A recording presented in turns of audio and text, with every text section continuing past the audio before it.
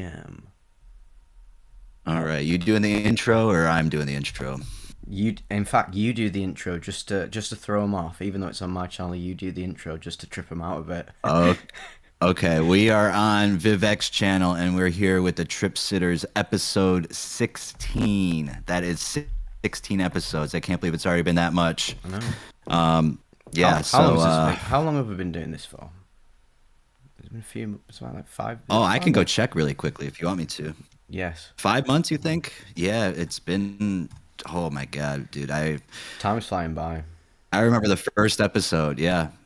No, I like to do some on my own just to fuck around. I also had some interviews and stuff. 'Cause I feel like interviews they might be better singular rather than both of us there at the same time. Because like if you got a question, then maybe I got a question. Like we never get to it, So Mm. especially with the interviews I want to get to pretty soon here, that's gonna be a lot of fun. I But think we've let's got see. a I think we've got a good format for it because say you're in contact with these people, say like the schizophrenic person and the woman who was talking about the was it super fentanyl or whatever, and Yeah, it matches the content to your channel and say like I've got your mate Tom on. He's big psychedelic YouTuber, so it's more concise, isn't it, for us to have that one on one with him and flipping it between the channels. I think it's a good little system we've got going on.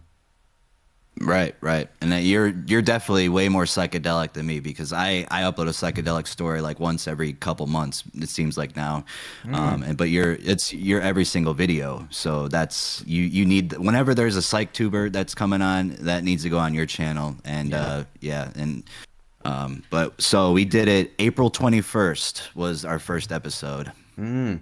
That's So mad. that was, yeah, that's damn, Bro, it's September. Who would have thought? I it's mean, crazy, I man. didn't like, I was hoping this is what the outcome would have been, just an episode every once in a while. Uh, and yeah, it's And here we nice. are. Here we are. What time is the Marijuana Man show? Can you answer that? I don't know. Is that what someone's asking us? Yes, yes. We don't smoke marijuana because we are good Christian boys. We've never done anything like that before. Yeah, well, maybe I can since I can be. Grew up Catholic, so they were bending rules there. I've completely given up weed now. I've had this revelation of a day where I've still got my Pax Mini, this like dry herb vaporizer. It's like my last weed peripheral that I've got in my house. And I think I'm gonna, We prefer. yeah, I'm gonna, I'm gonna sell it because I'm just so done with it because I just feel like it's a part of my life that I'm ready to let go now. I smoked weed for so many years. I just have no interest in actually engaging in it as a hobby or just well a consumptive thing. But I wouldn't. But I will also be honest. I wouldn't. I wouldn't say no if someone offered me a joint and I had like a little drag on it. Like I went to Wales the other week, um, Mhm. with my mate and his girlfriend. We were going just just driving about Anglesey, going up Snowdon, traveling about, sleeping in his van, and he smokes weed every now and then. He's got a really great relationship with it. And he'd make a joint and I'd have a bit and like the toke that I took was just it was like a nano toke. It didn't take And didn't that take was- didn't take anything off the joint at all, and that was just enough for me. And I was like, oh, this is quite nice. And I was like, oh, this is the way I can enjoy weed now, just really normally. So like a normal, maybe like a yeah everyday person would. Just offered it to you, but I don't have no interest in doing it all the time anymore. It's just fucking it's part of my life that's gone. I agree. Yeah, no, I haven't. Well, I did an edible recently, like last month, and that kind of traumatized me away from it for good.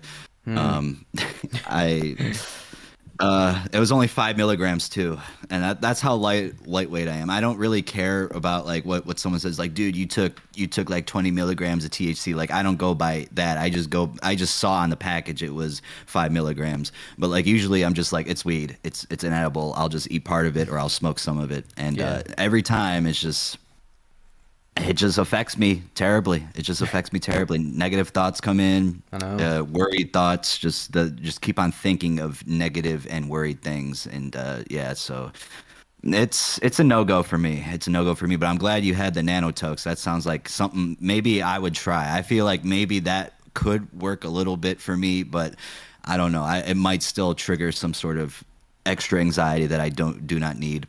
Roberts is just very sensitive to it. Hmm. I'm just at that point in life now.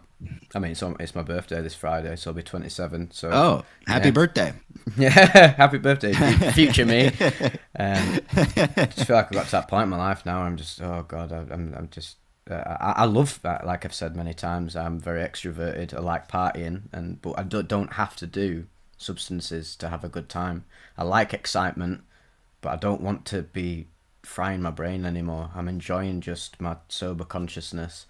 And then when when I did have the nano toke, I was like, yeah, this is pretty nice, but there's absolutely no incentive to keep it going into like, oh my god, this is the greatest thing ever. I'm gonna have to do it again tomorrow and the day after and the day after. Yes, it's quite bizarre reflecting on my whole weed journey, realizing Jesus Christ that it's just like it was just an addiction that I rationalized to myself pretty much, and so many stoners don't want to admit that they are literally just addicted. Cause, All of them. yeah, I mean, they are. Right? Like if you drink coffee every day and you can't stop yourself from drinking coffee and Monster and Red Bull and all these energy drinks or sugar or whatever, then you're a sugar addict. You're a caffeine addict. And if you do weed every day, you're not a stone. It's not. It's part of my life, bro. Like you, you are addicted to it, aren't you? Like just fucking take the L and fess up. Take the. Yeah, they do. They don't want to admit it though. It's kind of like I don't know. There's like a fight back and forth. It's like an iPhone versus Android type of thing. People who believe in that it's an addiction versus people who don't. They have very strong opinions for both, and it's hard to get across to anyone. But I think we can have, since we have this platform, we can have some sort of constructive mind towards it. Yeah. And I think we both are on the same stance. We're both the same person, just the opposite. We're just the opposite on the spectrums of the introverts and extroverts. But we have the same pretty much views for everything about drugs and just movies and everything. So that's why it works so well on here. Absolutely. Ugh. I realized the other day actually I was okay. I was like, okay, right. I've shed my weed addiction now. That's one addiction gone. That's an attachment that I've rid in the Buddhist sense of ridding all attachments.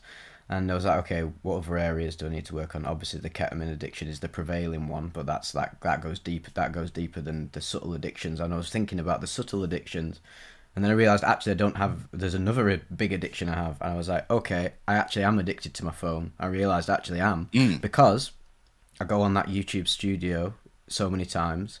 I'm almost addicted to the YouTube studio, in a sense, and I'm trying to just rein myself in and be like, okay, right, you don't need to be checking your fucking analytics like all the time, even though it's quite exciting. I bet you find it quite exciting. It is exciting to see the line go up or see a good comment or see how the video does. But then I notice I'll be watching something, a TV show, and then the first thing I do when I go on my phone is not doom scroll. I go on YouTube Studio to see how the video's doing. I was like, oh my god, I'm addicted to the dopamine release of like a video doing well. And I was like, this isn't very healthy.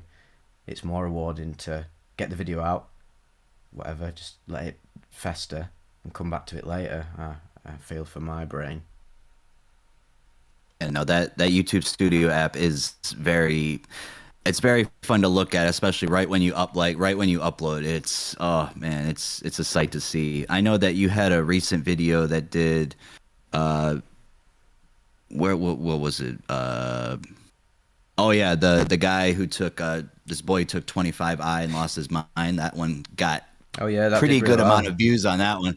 Yeah, Of you course, would think because with the 25i, like you don't know how to name these videos. Like, should you put N bomb or should you put 25i? Like, that's know, exactly because what I your thought. title is already like a little bit like you got the and sign in it too. So it's like you don't want to put the and in it and like the actual spelled out and, and it's like you don't know how these videos are gonna do. Like with these thumbnails, with these titles, with the topic of it, like you just don't know. And then just a video clicks and gets that Yeah. many views, and it's like such a beautiful sight to see.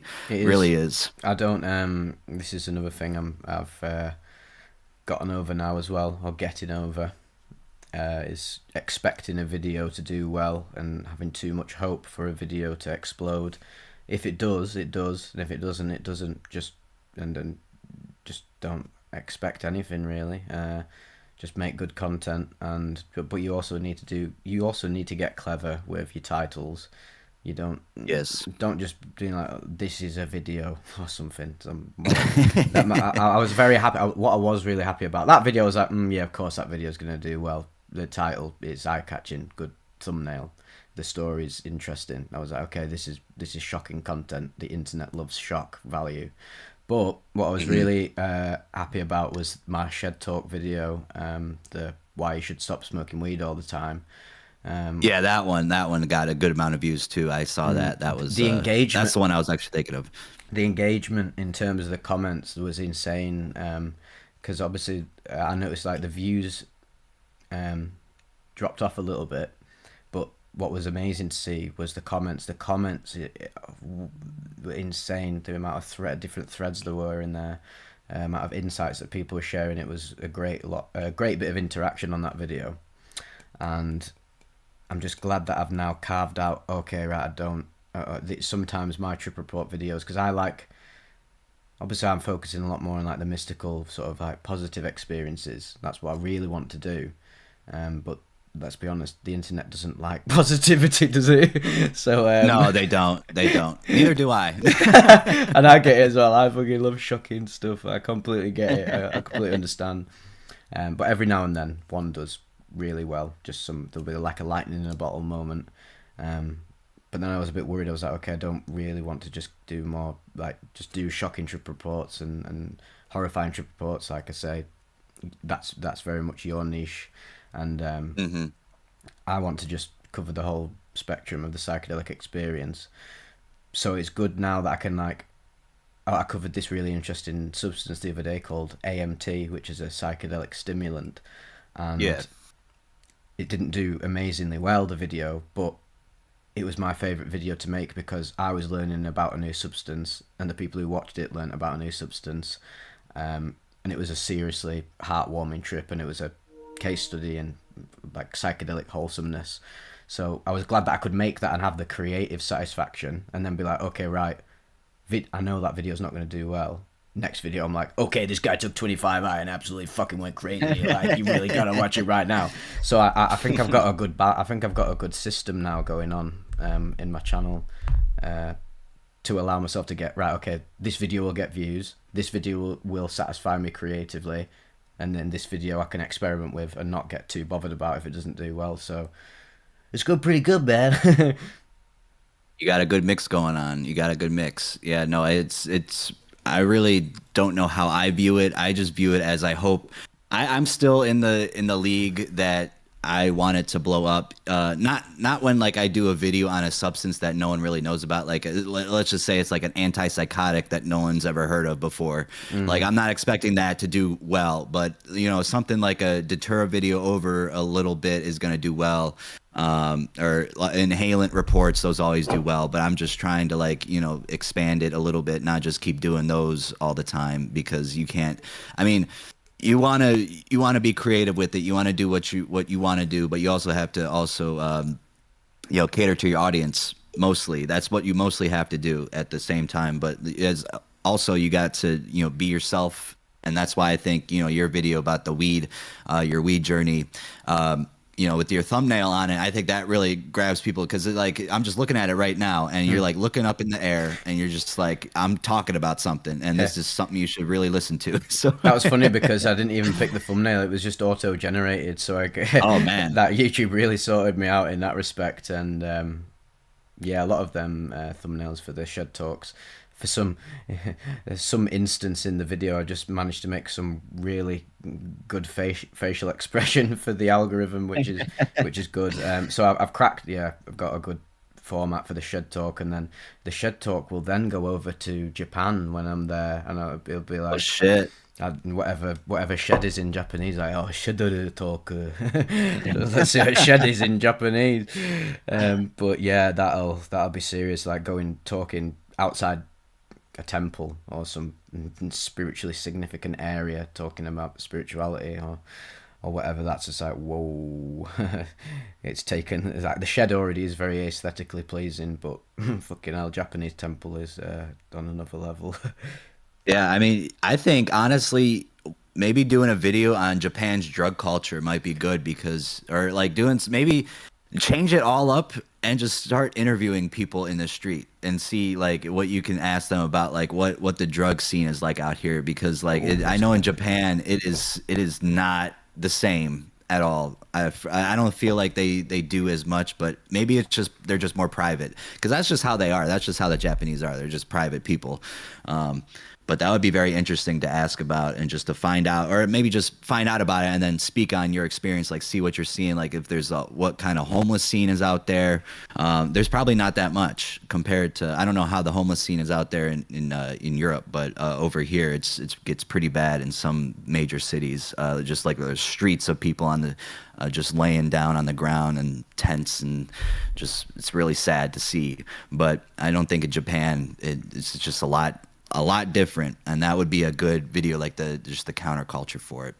Yeah, your mate Tom did an amazing video, his biggest video in quite a while, which was the legal loophole in Japan for THC. That was obviously extremely Oh, interesting. see, yeah, Yeah, there. So there I you didn't even go. know that. So, um, so it's yeah, it would be very fascinating to actually go and talk to people. I've got one of them lavalier mics actually. I bought it ages ago for Rosa Festival where I was going to do interviews, but I ended up just getting too pissed up on Asahi to really focus on interviewing people and having a good time. So I was like, but now I'm really glad I bought it because okay, go over there because I think probably I'll bring my laptop and my mic and all my equipment over oh, there.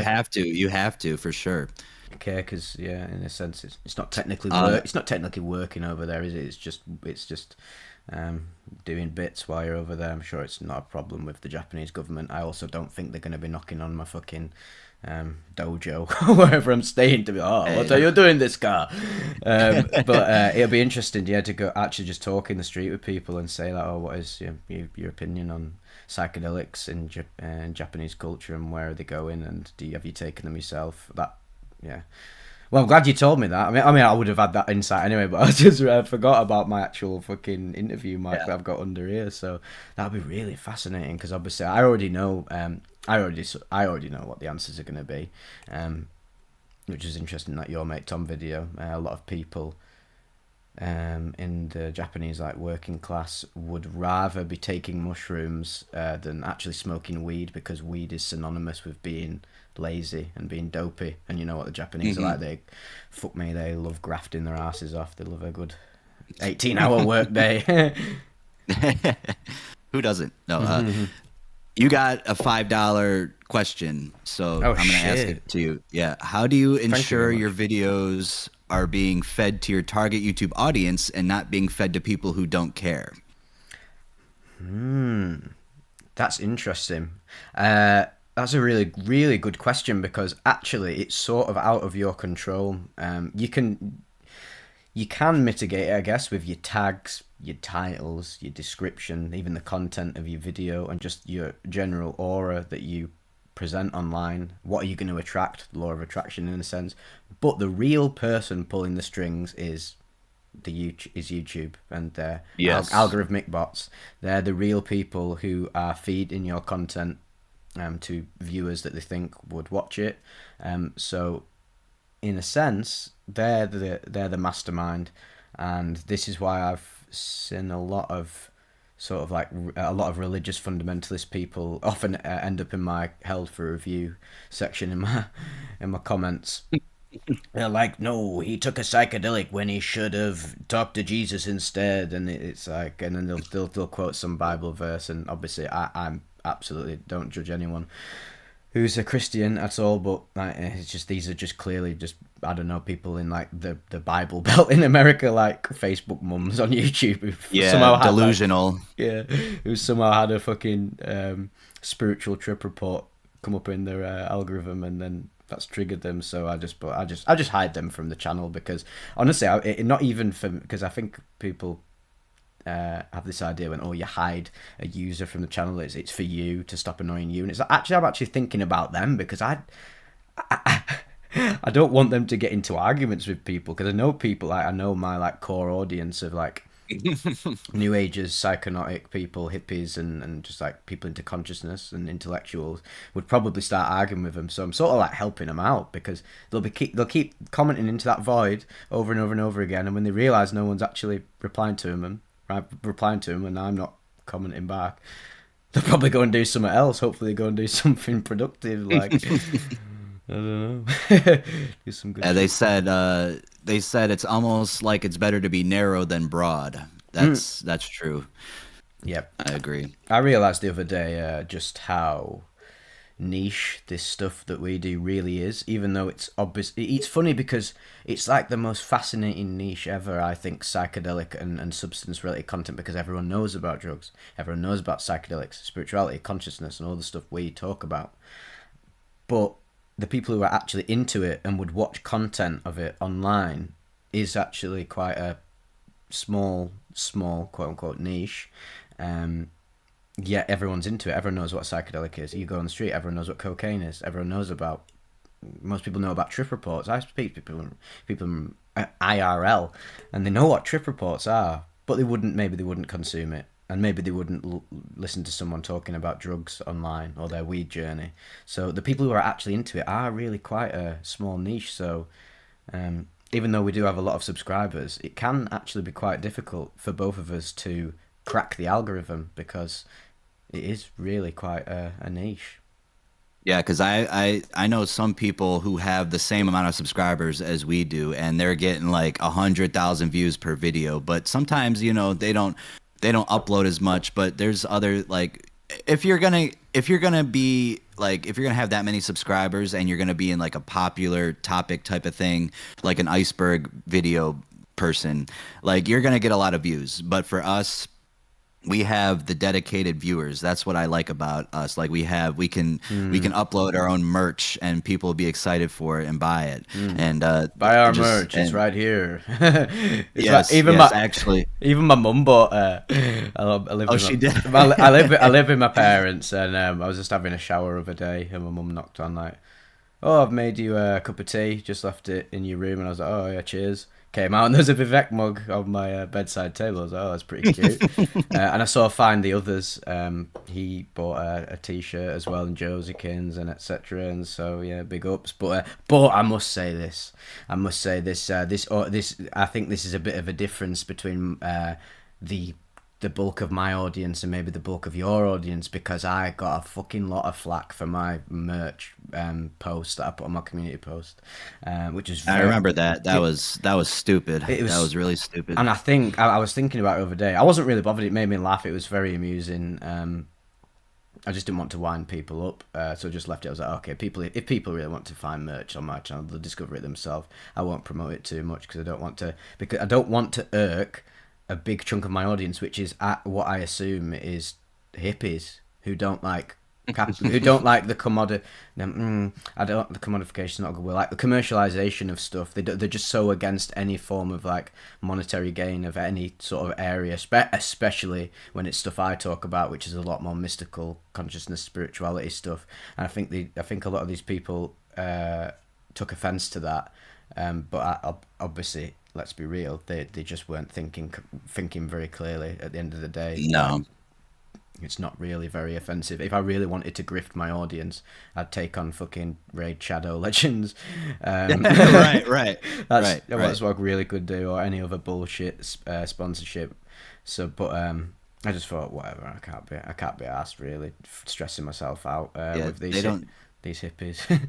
they don't see what we turn down. Like there's a lot of advertisements, the sponsorships that I've got emails for that like you said, the Raid Shadow Legends and shit like that. I'm not gonna sponsor a damn app, a video game on your phone. Like that's not like that doesn't cater to my audience. I want to do something that like actually, is something that they would be interested in. A lot of people have cats that follow me, so I did a cat one with the grooming machine and stuff. And then the one I did that was really, I think, got really picked up was the Stoner Where's Waldo book. I did that one as well. I loved that. I've actually got it up Yeah. there. It's a great. The reason I took that on, not just because it had to do with the content, is because I actually was buzzing to read it. It's a fucking great Me book. too. It's Yeah. so No, I haven't. creative. I bring it out with my mate. I remember when it came, when I first got it. Oh, this is quite a while ago, wasn't it? It was like 2 years Yeah, it ago. was about 2 years ago. Yeah, Yeah, yeah. that's fucked.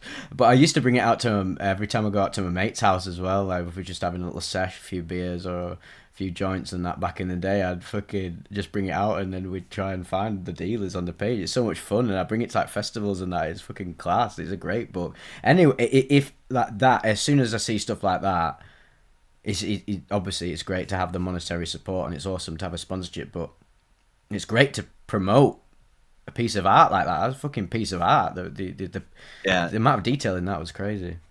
it made me feel good when she said, or whoever was messaging me about it, they said that they got inspiration from my stoned ape theory video to make the one about the there was one special page in there about that, or like something, I don't know, but that was really cool to see that like an artist was inspired by a video I made, especially a video like that I made, like a deep dive. That's a lot more special to me than a trip report video that I can just read.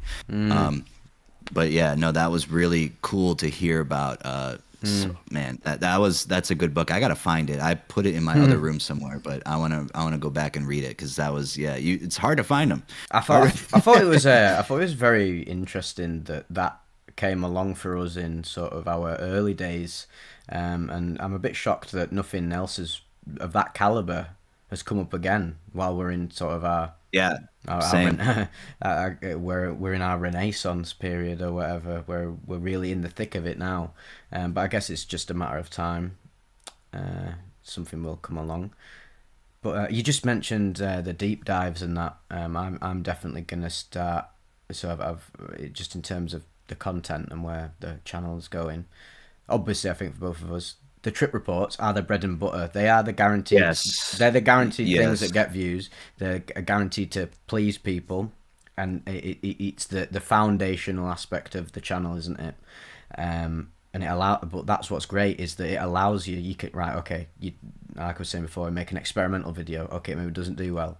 Make a trip report that you know people are gonna watch. So it justifies maybe the loss. That the last video got and doesn't hurt your algorithm status. So 100% what I want to do now is talk more about art and media and how it relates to psychedelics. In fact, I talked about this in the last one about the trippiest anime you should watch. Anime that talks about psychedelics, which obviously is very... Japan's not massive into psychedelics, but having watched a lot of anime in my life, there are a few that have little references to it here and there, and there's no videos about that online. So that would be a great video, not just because this is the thing. It's not just making a video because oh my god I need the views, I need the money. It's like no, I actually I'm interested in making this because no one's talking about it, and and I can imagine someone else out there being like oh wow this is fucking really interesting. That's really what makes me very happy. I love obviously I do my YouTube solo. That's my that's my job. Main source of income. I do a bit of work here and there, labouring, etc. Whatever. But YouTube and all the Patreon and all the other little bits. That's my main source of income. But the real reason I do it is because it's just fucking create. It's a creative pursuit, isn't it? That's really what gives me the meaning. It's probably the highlight of my day every day when I'm actually doing my YouTube. If anything, when I finish doing it, I'm like, oh, fuck me, my dopamine receptors aren't flaring up enough now. And I'm probably going to do something stupid like drink loads of cans or get some spaghetti mine. Yeah. No, when you first, I think so. Would you say the most dopamine you get from making videos is like right when it uploads? Yeah. 100% whenever yeah that's a good question.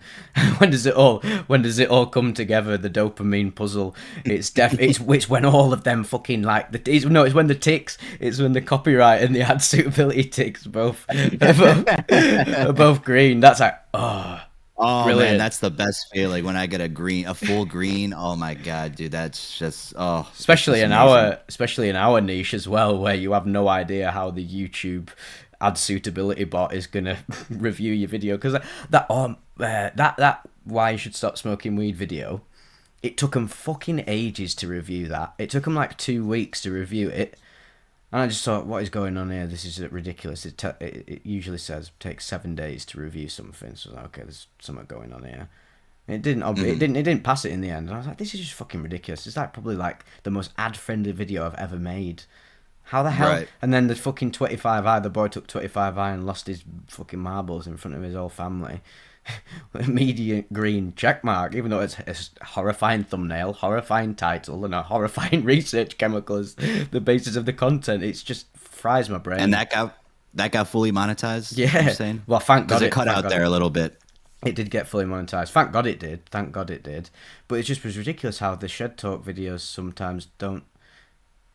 Your mate Tom again said this the other day. Something about cannabis, just the word cannabis, weed, marijuana, any of them. The ad suitability bot on YouTube does not like that word at all. It doesn't obviously has a bone to pick with cannabis. I think he had a lot of trouble with his THC loophole video as well. And it's weird because fucking weed is like the most. Weed is the current substance at the minute that society is embracing. Right. It doesn't make sense at all. Like I don't. That's why I don't make any weed videos. I'm not. Well, not because I don't think they're gonna get monetized, but I just don't. They're just not fit for my channel anymore. I don't think. But yeah, no, it's strange how that like cannabis, weed, marijuana, you can name it whatever. But maybe you gotta start naming it like za or something. Yeah, I did one a few years ago. A slang term. Did one a few years ago where it was like I put like the euro sign as the E's in weed, and that managed to pass it. As some people do, that, or LSD, where it's like L dollar sign D.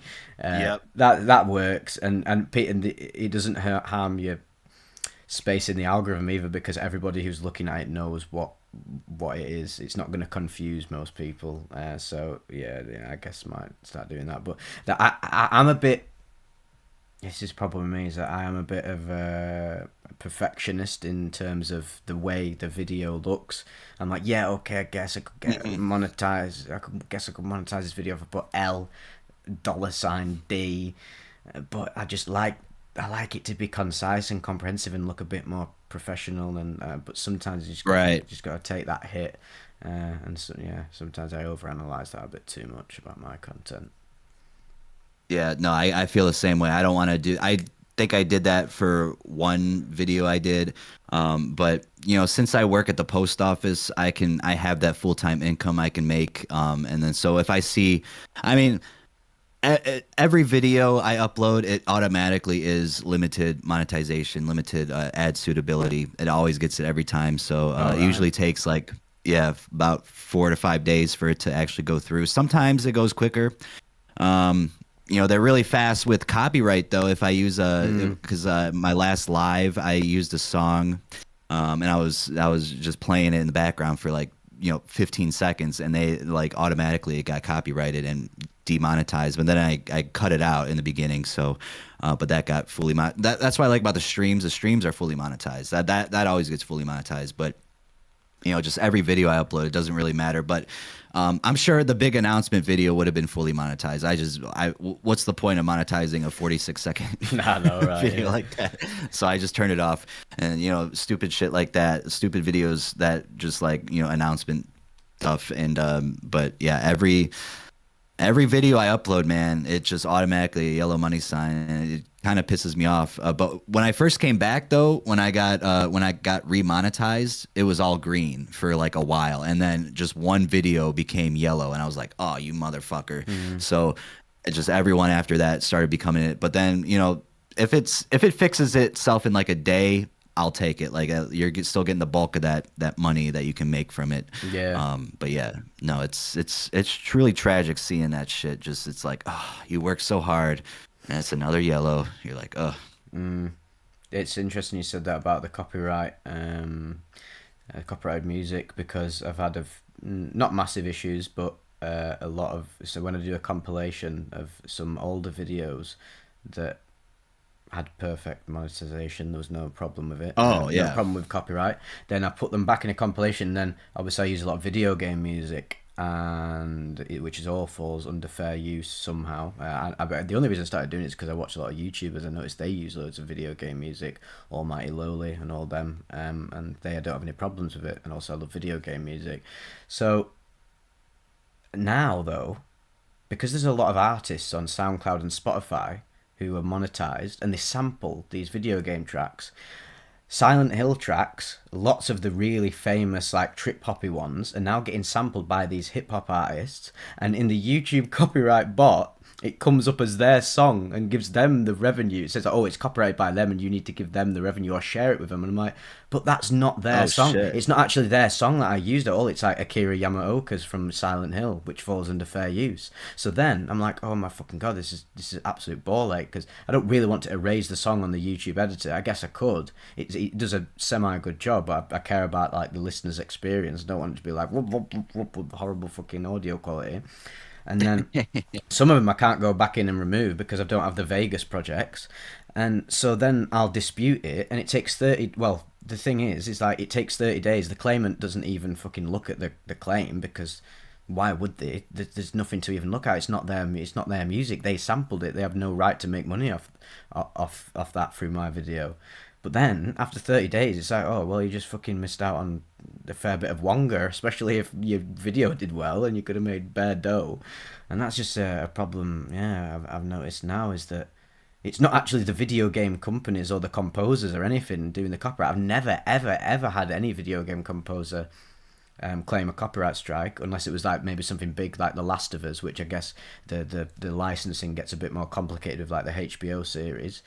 But yeah, the Silent Hill tracks, there's all these SoundCloud and Spotify rappers who are using it and claiming it as their own. It's like, fucking hell, you absolute dickheads. I had no idea about that. How That's mad is that? man. It just started happening It's lately. very mad. Because they're allowed to sample whatever they like. Because they can sample that. You're allowed to sample video game tracks and make money off it and everything. Yeah, it's a bit of a tricky one. The YouTube copyright bot and the ad suitability bot are just not very clever. Basically, they're not very fine tuned, really. Yeah, I see it. Also, I'm outside right now. If there's hear a helicopter. Oh, really? But what was I gonna say? Fuck. Shit. Wait, just keep talking and I'll think of it. I can't remember. I can't remember. We'll wipe it. Case closed.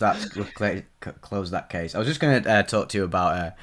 Right. I need to talk about this. It's my latest obsession. So I've been watching Mad Men. That is my latest. Oh, you have? Okay. Oh my god! Literally, it's on the screen right next to me right now. There's a very beautiful woman right there with Donald Draper. My god, he gets some fucking girls in this series. It's actually crazy. You think Tony Soprano is a fucking Sigma Chad? My god, this guy is beyond Sigma. I don't even know what is beyond Sigma, but whatever it is, he has done it. And I'm on season 5 right now. He's like, I'm as glued to it as I was Sopranos, Twin Peaks, Breaking Bad, all my favourite shows, True Detective. You know, when you are just there is no way you can get distracted by your phone or any other bullshit. The rest of the world does not matter. Right. I am there. You're just binging. And how many seasons? The 7 seasons. It went on from 2007 to 2015. It's a HBO show. The production is insane. The acting's brilliant. It's a period piece set in the 60s. It's all about advertising and the squabble of like the 50s versus the 60s and then going into the 70s, these generational disputes and all that. Absolutely incredible. But then I realised I like to research into my shows. I always love reading the Wikipedia articles. And it feels a lot like the vibe of Sopranos, even though it's shot with the dialogue. Not like a copy and paste, but it's just got the finesse of Sopranos. I was like, oh, I wonder why. Yeah. Looked up who created it. It's Matthew Weiner, who was an executive producer and core writer of The Sopranos. Yes. So that's what he did after The Sopranos. So I was like, well, no wonder it's fucking based. Yeah, wasn't Terrence Winter on it too? He might have been. He might have been. He might have done a few episodes. Obviously, they get a lot of guest writers, don't they? But this Matthew Weiner guy, he's done a lot of it. I've always wanted to watch it. Let me see here. I can look it up. Always wanted to watch it as well. It's fucking really, really good. I've got a bit of a thing right now. You know, like they talk about the golden age of television from like it was sort of began with, I guess, Twin Peaks, which was like the prototype, which was sort of like established serialization in American TV. And then it kicked off with Sopranos, and then there was just a wave of amazing TV after that, wasn't there? The next big one I want to watch is The Wire. Have you ever seen that? I've gotten through one episode, so no. I have as It's just well. I have as well back in the yeah, day, and it just didn't hook me. But I know for a fact it if I will. sit that I see it's like one of them, like Mad Men and everything else. Sometimes you just get in your head, don't you, about a TV show, especially when watch loads of them. You're like, oh, can I really be asked watching this? And I could have spent my time watching something that I really enjoyed. And it's like just fucking just sit down and watch it. I guess I've got Right. ADHD brain, so that's really sometimes quite hard.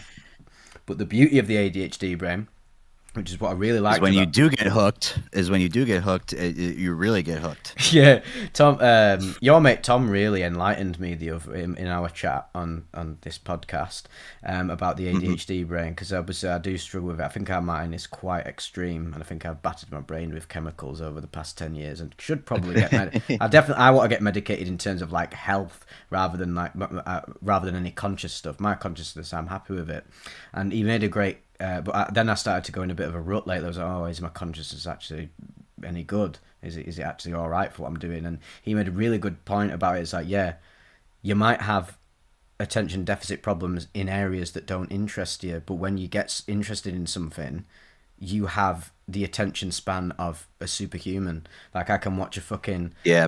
an analysis video on YouTube on something I'm interested in any area, and it go on for 10 hours, and I can sit there and watch it for like almost 10 hours straight if I have the time and the resources available.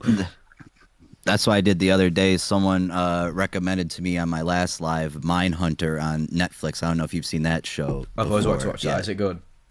Oh my God, it's amazing. Yes, it's really good. I got through the whole first season in one night after that live, and I'm on season 2. I haven't since I started working again because I got hospitalized last week and I've been off, but like now I came Mm. back to work, so it's been hard for me to watch. But yeah, no, that's a very good show. They basically the plot is where these detectives the they start interviewing serial killers like on the side, but then it becomes like a full-time project. But they interview like real. It's based on a true story. It's based on like an actual book, like the Mindhunter book.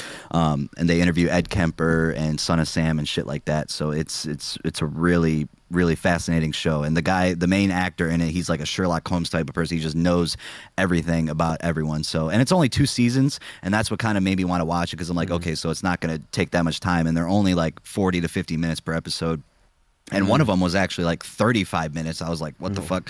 How that? How did that But happen? yeah. But there's a Isn't it sexy. David Fincher who directs that? Yes, Yeah, I love his yes, films. he Really directed good most of director. it. Yeah, yeah. So when I found that out, I'm like, okay, that makes a lot of sense now. So yeah, it deserves a score. It has like a 8.6 on IMDb. That's about right where I would rank it at. So That yeah, or might be eight to nine. Yeah. that'd be next Um, on the menu after Mad Men. Because it yes, just and Mad Men will be on next for me. So. oh yeah, you'll be all over it. It's so good and fucking brilliant. Like I say, I want to go through all the golden age of television big programs. I'd like to watch Lost one day. That's a long ass show that like 12 seasons. Oh man, I already know what happens at the yes. end. The thing is that.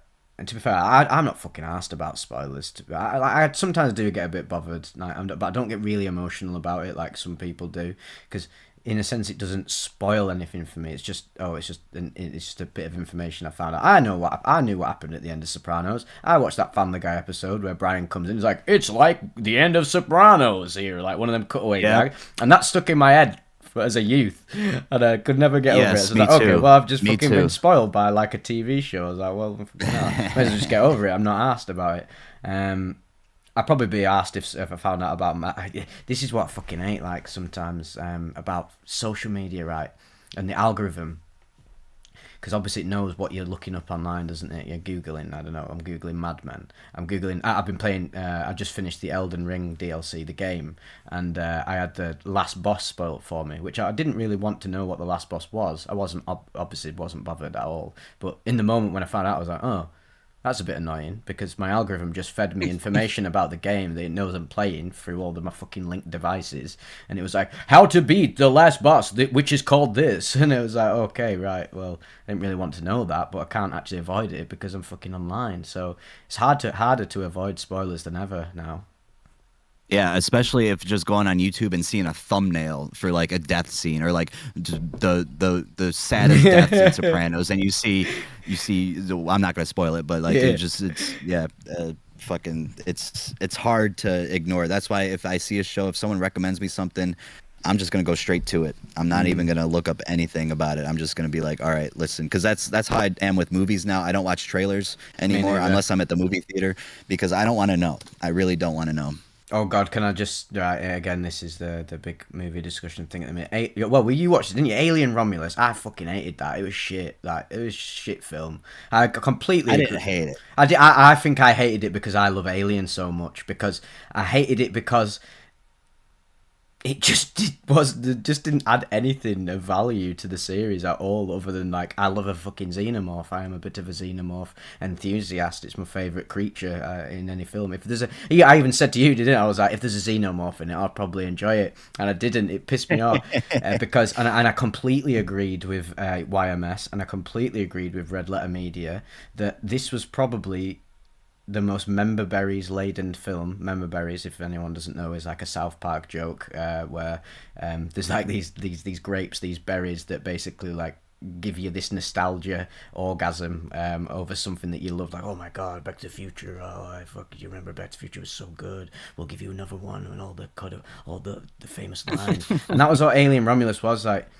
It had so much potential, and like literally from the first, like Adam said in his Sardonicast thing over there, it was like first 10 minutes, I'm fucking there. This is awesome. It was completely silent. There was some weird like atmosphere, this tension, some great Right. cinematography, and I was oh my god, there's so much promise. And then as soon as them fucking characters started speaking, like oh my god, it's that fucking alien in it, and I'm like I'm British, and Jesus Christ, I didn't think I could hate my own species more than ever after watching that film. Like the British people in Alien Romulus did my fucking water, mate. Like they were just they're like caricatures. These characters, there was no character to them, and any character that there was to them was just something they stitched together from the other films. Like she was just oh, it's just Ripley again.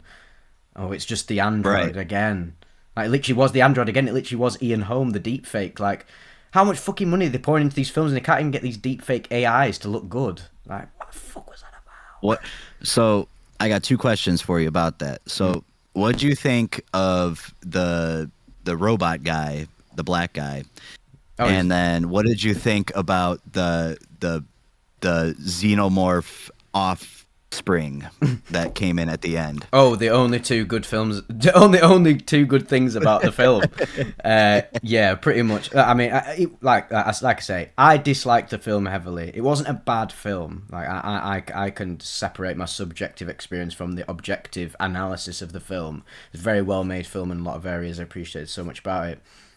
But in terms of originality and just experimentation and having a new vision for that franchise, the only two interesting things were the black synthetic who had that weird sort of mechanical split personality by putting It all was the like a chips in. Blade Runner type of. It reminded me of a replicant a lot when I He saw that. he was the best character because he actually had depth Yes, to he it. was. He He actually was. had depth to him and wasn't just a repeat of all the other alien tropes. I was like, oh, And I'm into that. the funny thing is that he's the one without emotion. You know, Yeah. he's not.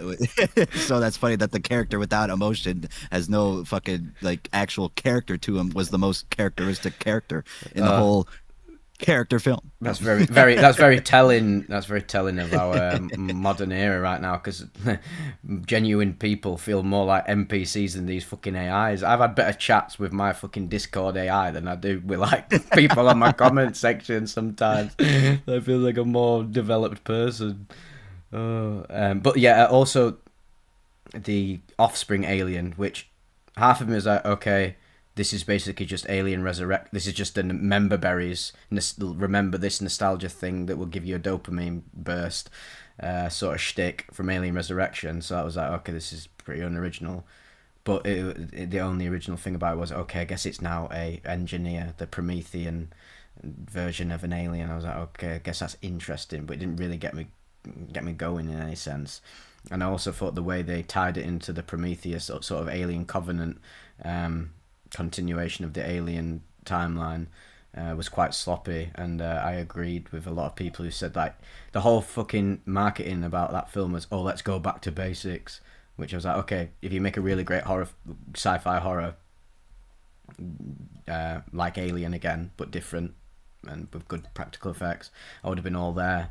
But then they try and shoehorn all the fucking black goo Prometheus engineer stuff into it, which I like. I love that stuff because it's so cheesy and ridiculous.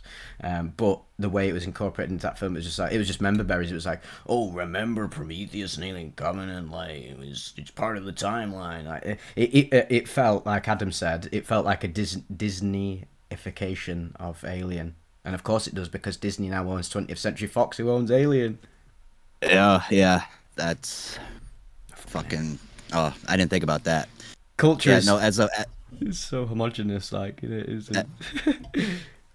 as a person who's seen the original Alien, seen Covenant, seen part of Prometheus, and seen Romulus, I thought it was, interesting to me. I thought it wasn't like, and what the bad part was is that we were in a theater and the lights were on a little bit like near the entrance of the theater, so like it was dark, and when the fucking Offspring Xenomorph came out, like other people sitting in a different section were like, "Oh my god, what the fuck?" But then I was just like, "What? I don't even see anything." Cause so it was so dark. Now I like dark movies, but like it was the theater's fault, so I blame the theater for that. But that ruined kind of my experience for it. But yeah, for me personally, I thought it was a decent film. It was not something I would like want to see again at home, but like if someone had it on, I'd be like, all right, I could watch it. But like it's not like something that's like, oh, I'm gonna go buy it. I'm gonna go buy this special case for it, get it on DVD and everything like that. I'm not gonna probably do that. But it's just gonna make me want to watch the original Alien again. Have you not watched Aliens? No, I have not. Oh So my I'm not God. the biggest Alien man. Yeah. So. It worth very much worth watching. I love Alien, but Aliens is just, there's something else. It's better. Maybe not even that it's better. It's just that I think it's a bit more concise and entertaining. Alien One is a lot more artistic, I'd say, in terms of like the themes going on surrounding it, and maybe the writing is a bit more nuanced. But Aliens is like the ultimate sci-fi action film. The practical effects in that are crazy. Which I actually just did on Friday. We attempted to do an Alien marathon. We were going to try and do all of it, all 15 hours worth of it. We only managed to make it through to like Alien 3. We'd started it too late, and it was like 7 in the morning. There was like 20 minutes left of Alien 3, and we were like, okay, let's go home. I'm fucking well tired now after all this xenomorph action. But watching Aliens, which is a film I've watched so many times. And Alien, a film I've watched so many times, and I watched Alien again, obviously again the other day, and I was like, oh yeah, I fucking love Aliens, it's a great film. But every time I watch Aliens, it just my appreciation of it deepens, because of just the structure and the practical effects and all the story beats are absolutely amazing, and that just its legacy as like the greatest, possibly one of the greatest sequels of all time. Because it was like, okay, you only saw a bit of the alien in the first Alien, but that was the whole point of it. It wasn't. Alien 1 is a bit like Jaws in space, isn't it? I guess it's not really about the alien, is it? It's about the people and the reaction to it. And you actually don't see the alien that much, like you don't see the shark too much in it. In I'm not saying Alien in Jaws, but when you do see it, it's more impactful. But Aliens is like, okay, you wanted aliens, they're fucking everywhere. I gotta watch it now then, because now that it's September, it's Halloween time. So like I'm only strictly watching horror films from here on out and horror TV shows. So yeah, it'll be on my list, because last year I got through like about 5 to 7 films that I'd never seen before. That I've always been on my list. So Aliens has always been on my list to watch. But yeah, that sounds very, very interesting. I love when a sci-fi horror is right, dude. It is like one of the best. It's probably the best movie that you can get out of like anything. When a sci-fi horror is made fucking right, dude, it is the best. That's that's another thing. Yeah, some sci-fi horrors are like exceptional, like Alien and other stuff that eludes me.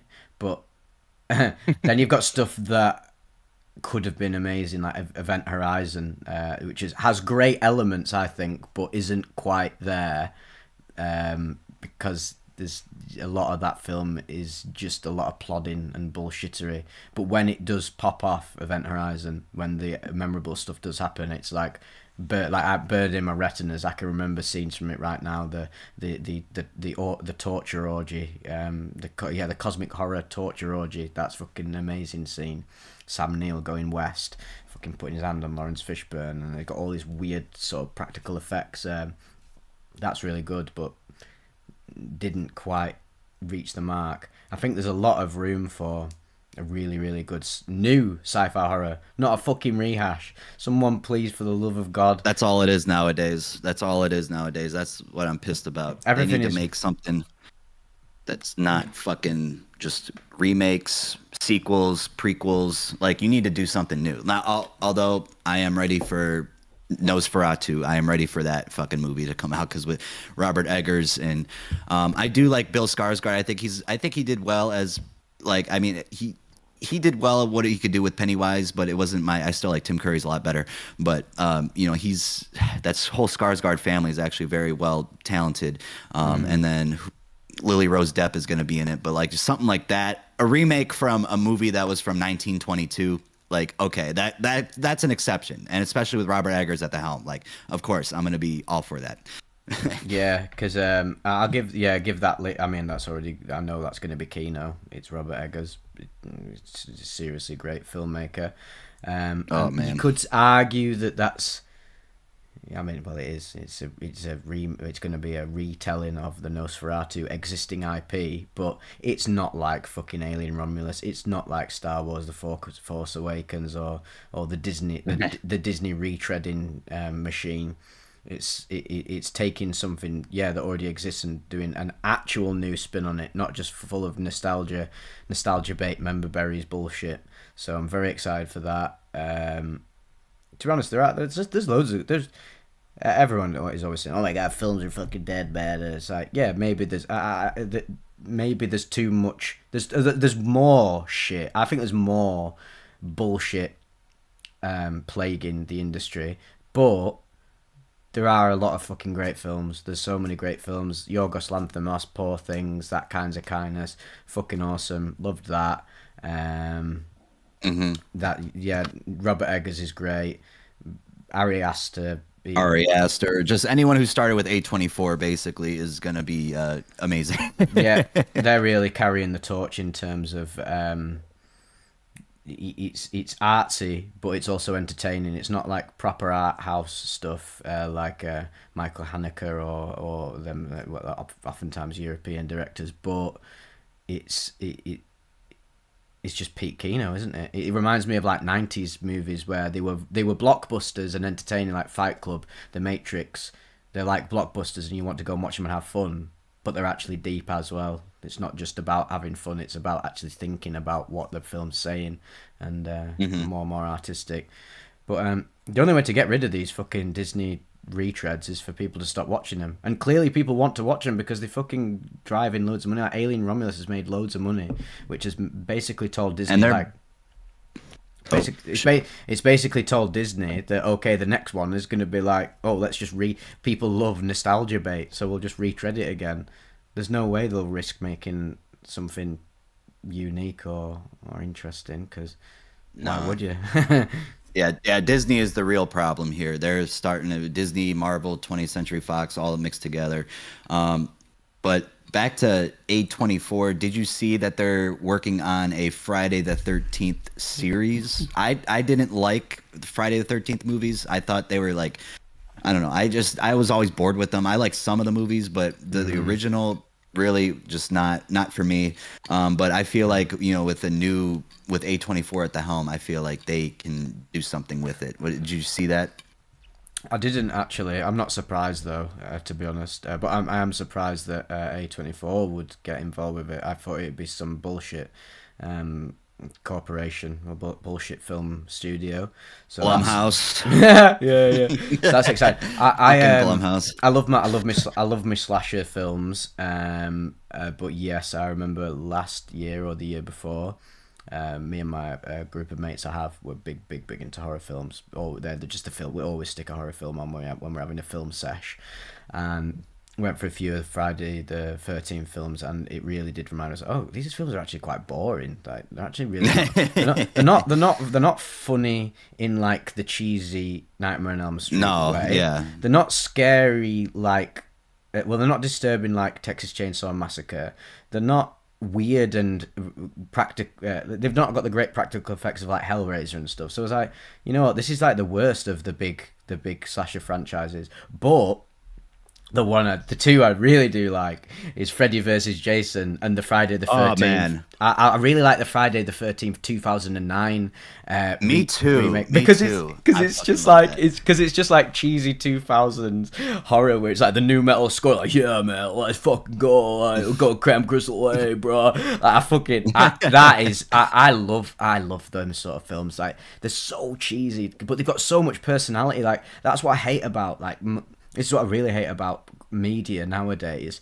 We do really live in like this sort of like the Gen Z era of like media and culture is so minimalist and so shallow and just like personality um derided. There's nothing going on there at all. And 2000s, yeah, it's cringe. New metal is cringe and all that like the edgy fuck sort of shit from the 2000s. But it was bleeding with character, even if it's not nuanced or has any finesse to it.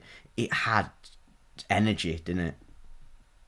Yeah, Freddy versus Jason was something else. And I remember, I mean, I was probably like what 3 or 4 years old when it came out, but like they did a thing to preview the movie where Freddy and Jason would go to this like it was like this UFC type of like weight. They would weigh themselves and pretend like they're in a boxing match and shit or something. I thought that was really cool to do that as a promo. And then I just wanted to say this for the Friday the 13th remake, with the sex scene in it with the woman with the very nice voluptuous breasts. The guy who was fucking her, he was like, "Oh, you have perfect nipple placement, baby."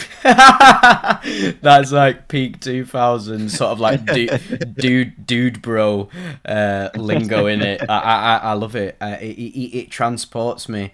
It's so bizarre. Obviously, I'm from the fucking UK, and all these films are American. But it gives me like when I listen, I love pop punk and new metal and everything, and that, and I love it incorporated into films and that 2000 sort of like yeah the college bro sort of vibe. And I know a lot of like modern day liberals and stuff like to critique it and that, and like fair enough, you do you, but you have to see that this it was like the sort of the innocence of the time of just like yeah fuck it bro I like to drink beer and fuck birds like it just there's something to it the cheesy sort of like edginess to it I just can't get enough of it and I just cannot imagine in like 20 years when like you know how this happens a lot in culture doesn't it like 20 years goes by and then the thing 20 years ago is or 30 years ago is like the thing that everyone's nostalgic for. So I guess right now we're having like everyone loves 90s stuff again, don't they? Like the grungy shoegazy stuff Yep. and like the Instagram reels, everything's full of like 90s sort of vibes. I mean, it probably will happen, but it probably will happen in the mass populace, maybe 30 years, 20 years. And I was like, oh my God, remember the 2020s? But like, what really is the vibe of the 2020s? Like, skibbity toilet. I don't know. There will be nostalgia, because always will be people nostalgic about it. But it doesn't seem as, um, I don't know, it just seems, culture just seems very scattered. Whereas back then, I think it's because we're living in it. I think that's why. yeah, I think yeah, that it's got is around our us. opinion. Just like not, you just don't know what it's going to be like in the future. But like right now, it just seems so stupid. I feel like that's what every generation has said. Because there's a Days of Confused scene, where they're talking about how like the 70s were great. And or like the 70s suck or something, and the 80s will probably be not that great or something like whatever they said. I don't know if you remember that And scene yeah, from that movie, but yeah, that's how I like picture how we are right now with our generations. Like, oh, the 2020s was fucking horrible, one of the worst generations of all time. But then we're gonna look back and be like, okay, wait, now it's just so that just goes to show you that every decade gets worse. yeah. And in retrospect, you sort of, or hindsight, whether you start to um, cherry pick the positive elements of it. Whereas, like, yeah, back in the day, I remember like towards the end of the 2000s sort of dude bro pop punk new metal sort of zeitgeist, everyone was deriding like, oh, this is fucking cringe, bro, like this is so shallow and all this. And then you get into like the 2010s culture, and then that becomes full of idiocy, and then slowly get into 2020s, everyone's like, oh, we love pop punk again. It's not cringe anymore. And then I bet people were like that in the 90s, like everything's like grungy and really dark and edgy and stuff. And I bet people at the time, oh, fuck this, because like, everyone's just always complaining. Everyone's just like, the mass populace is always just complaining about stuff. But yeah, and I like, yeah, I did say, obviously I do say I can't imagine myself personally being like, oh, what was good. Well, actually, to be fair, I can in like 20 years, I'll be like, oh wait, actually maybe this, because culture's going to change massively, and then it'll change so radically that you're like, oh wait, yeah, let's return back to this time of Let's go back simplicity. to the shit. Let's go back to where we suffered. This is like the pendulum swinging back and forth of like, yeah, conservatism and progressivism, and then you see that in like conservative culture and progressive culture, and it's like, oh, let's go back to the past. But let's also think of the future. But no, wait, we hate the future. But no, wait, we hate the past as well, because then you've got all these people who are like critiquing the past. Like, you'll go on American Pie reviews on Letterboxd, and everyone's like, "Oh, this is misogyny. This is anti-feminism," and it's like, yeah, through our lens now, we wouldn't do that. But like, I don't know, people just don't think about things with much nuance. Like, yeah, I'm not saying American Pie is fucking some pro-feminist masterpiece at all, but like, just see what it was, see what was the atmosphere of human consciousness at the time. It was like, let's fucking go, man, get a few brewskis, let's fuck some hot babes. Like, it's just, it's innocent, isn't it? Yeah, that's what it was all about. It was not sensitive. That's what I like about it. Everyone's so sensitive nowadays. But going back now to, you posted this the other like last week or like 2 weeks ago about, go back to Mad Men, how they ban an episode or something? Is that what you said? That, yeah, that's interesting. I thought this was also quite a bizarre synchronicity. I was like, of course I get into Mad Men at the moment. Where what's interesting about Mad Men is like, it's revered as one of the greatest TV shows of all time, but it's not penetrated the culture as heavily in terms of like pop culture references and memes as like, say, Breaking Bad and Sopranos has.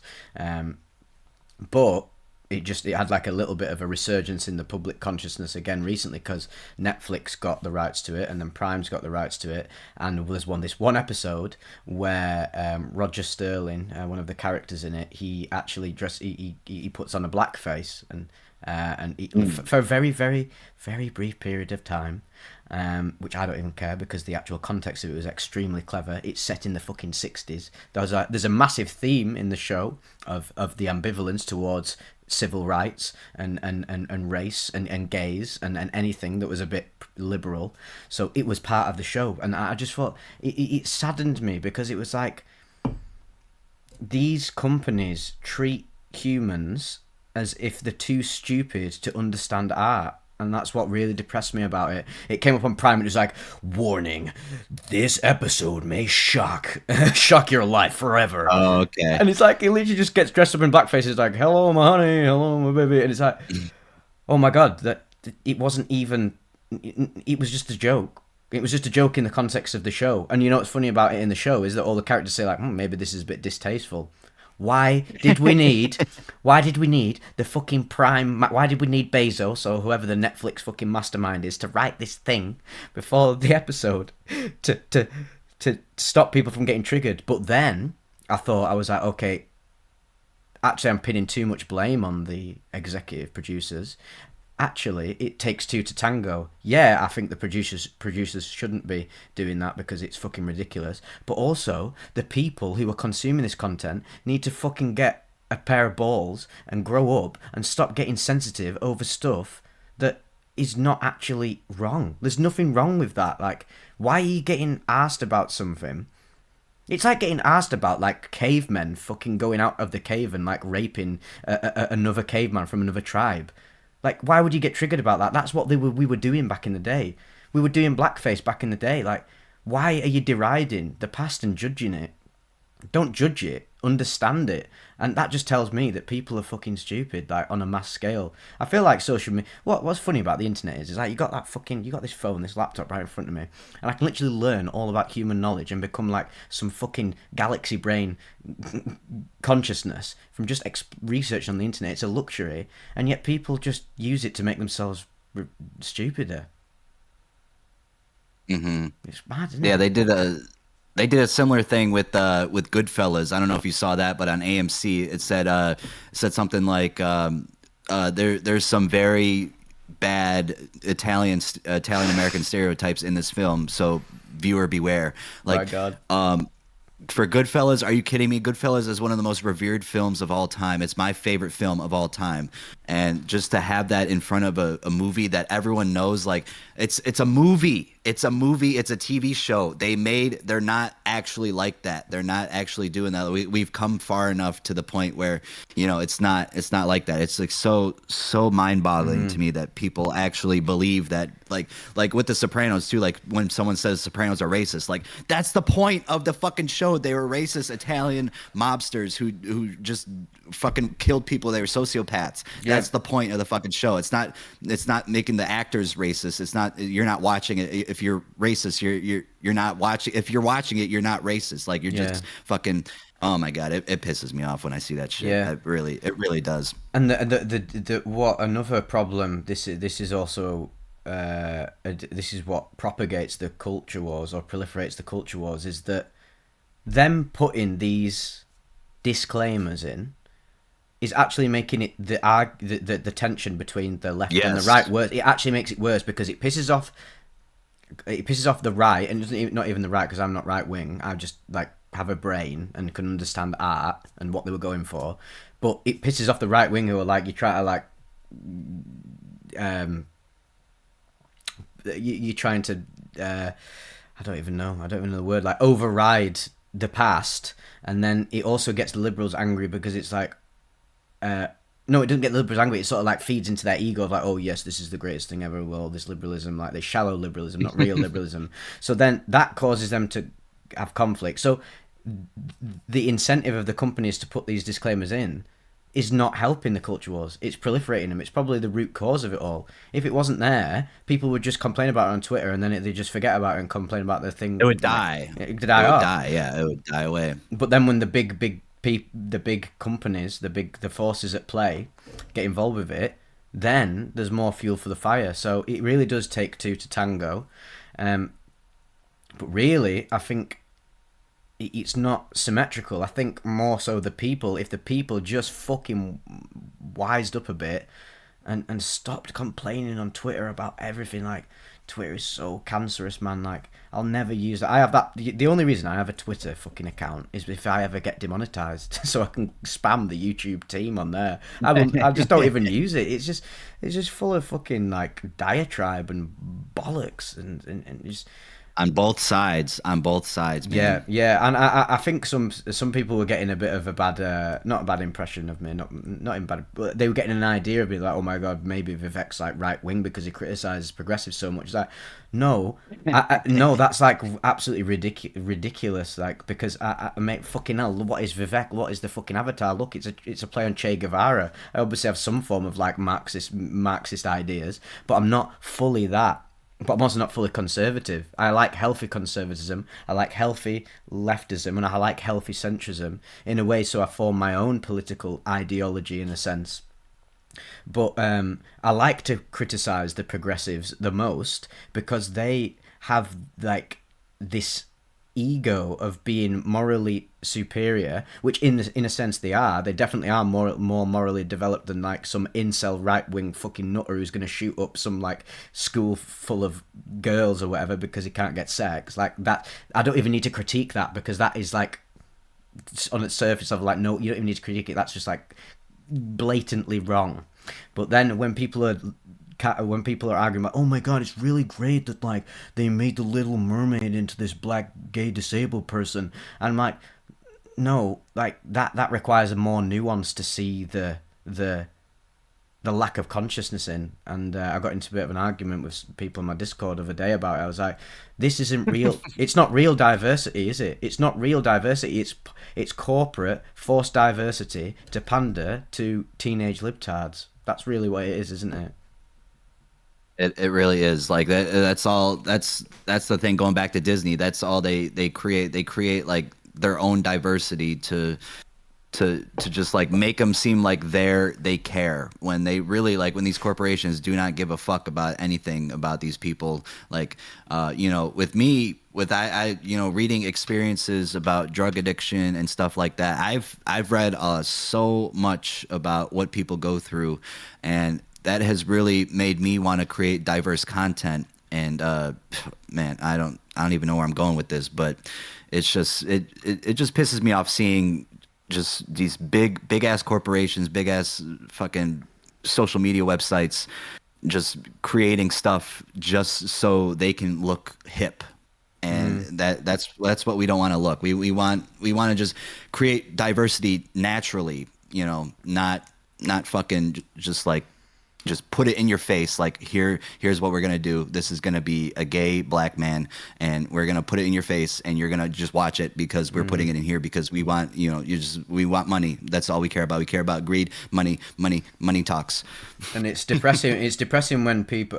It's a bit depressing when people like project onto me saying like, well, if you're against that, then you're against liberalism and representing people of other races. Like, no, I'm fucking all for that. Like, I couldn't be a bigger proponent of that, but I want it to be in actual artistic endeavours. And I use the examples that, okay, we've got this new Snow White film. It's classic Disney pandering, forced diversity cringe. Then you've got another Disney property, Princess and the Frog.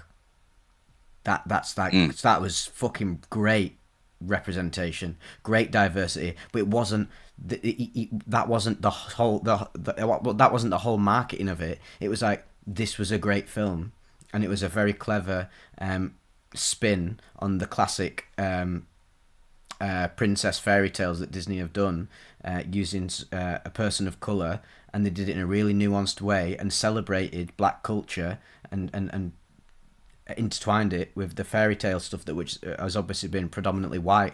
That's clever. That's great representation. That's peak diversity. Turning the Little Mermaid black just to like stir up people on Twitter to get clicks is not progressivism. That's corporate. That's corporate fucking money grubbing puppeteering behind the scenes, isn't it? And I don't know how people can't see it. So fucking dumb. Yeah, people online, they just like it. I think it's just with our attention spans nowadays. These people just see just like a picture or like a couple words and they just roll with it, and that's where our problem lies. Like, people don't look deep into what we're doing. So like, I mean, I guess they're doing it because people are being this stupid and they're eating it up like that. So I mean, I don't know. There's not people like you and me out there. Like, I mean, there's definitely a lot of people like you and me out there, but there's a lot of people who aren't, and they'll just be like, they'll be happy to see something like the Snow White or whatever, and they won't care about what it's about. They just care that it's like it shows something different. But yeah, they don't actually care about like what the substance is for it and the plot, and just it makes me sick. It makes me sick to my stomach, actually, just thinking about it. Can't go on forever. Or maybe it can. I don't know. Maybe it can. But it probably could. But yeah, maybe we should. Yeah, it's a tricky one. We're definitely living through late stage capitalism. The beast has like the cat. This is another thing I got into a bit of an argument about the other day on Discord. Sometimes I like to play devil's advocate a lot for my own entertainment, but also to sort of like try and I like to steel man other sides that I don't necessarily agree with, and there's the people going on my Discord about like, oh, capitalism's bad, blah blah blah. Like the average, like, I mean, how many people on the internet say every day that capitalism's bad? Like, fucking hell, we've heard the story, right? Okay, we understand that they say capitalism is a toxic machine, but to judge capitalism wholly is ridiculous.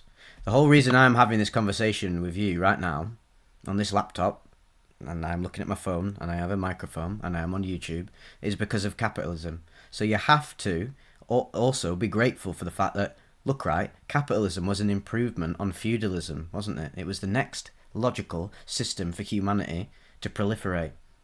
But it doesn't mean the whole system was wholly bad. Like, it started off great. Like, capitalism in the 50s, or whenever it like really started, the peak capitalist era, the baby booming era, fuck me, that was a great time for a lot of people. Now it's fucked because the capitalist beast is has run dry. But it doesn't mean the whole system was evil. And I hate it when people think that, oh, it never should have happened, blah blah blah blah, and all this. And it's like, yeah, but you're fucking literally telling me this on your phone, typing it to me through a phone, Yep. through a phone that was engineered through capitalism. It would never have come out about through another system. Because, well, I mean, yeah, it could have in some fucking other alternate reality, but this is the way it came about in this reality through capitalism and business and money. And like, I love fucking art, I love games, I love TV shows, I love film, but the only way they get made and published and distributed is because of a company, a business organization. So you can't remove it from it. There is always going to be that element of it, as much as you hate it. I find it very funny when like these like super like hippie types who obviously was very upset about the bloody Vivec t-shirt. They thought, and I was like, mate, I'm not being funny, like, but to enjoy the content, you have to sort of like accept the nature of the beast, and sort of get along with it in a sense and work with it. You can't just deride the whole world your whole life and expect things to change, because that's not how life works. Like, we have to work with like the brutality and like the evil of life and then transcend it using consciousness. And it's like, no one's going to give you your fucking socialist platter on a plate, like, yeah, going on about universal healthcare and all this and that. It's like, yeah, that's fucking great, I want that as well, of course I want that, but it's not happening for a very Yeah, very me long too. time. It's not happening for a very long time, if ever in our lifetime, maybe. I mean, I've got NHS, I'm all right in the UK, but in America, like, there's a fucking big issue that I don't know Yeah, when in that's. America, it's fucked right now. Everything, because everything is so expensive, and so everything just goes completely to capitalism, and everyone wants to blame it for it. But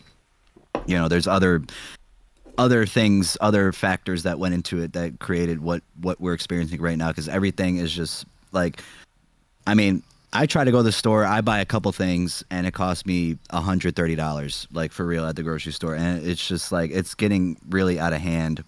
What's going on here? I don't know. I don't want to keep on blaming COVID for everything, because that's was like, oh well, COVID started everything, but like, dude, housing market, prices for food, prices for gas, everything is just so up nowadays, and that's why people are so fed up with capitalism in America. I think But for COVID me, COVID highlighted the excesses of capitalism, and it was almost like the beginning of the end for it as a solid system, and it's obviously it's only gotten worse. I don't think people really grok the gravity of COVID. We've sort of forgotten. We love to forget about stuff, don't we? You're like, oh, yeah, the fucking shit happened over there. Like, it doesn't mean shit. It's like, no, the lingering effects of COVID and its effect on our psychology is very very much here. Like, 100%, it had a bigger effect on people than I think they can ever even fully comprehend. It changed. It really was like the biggest well, thing.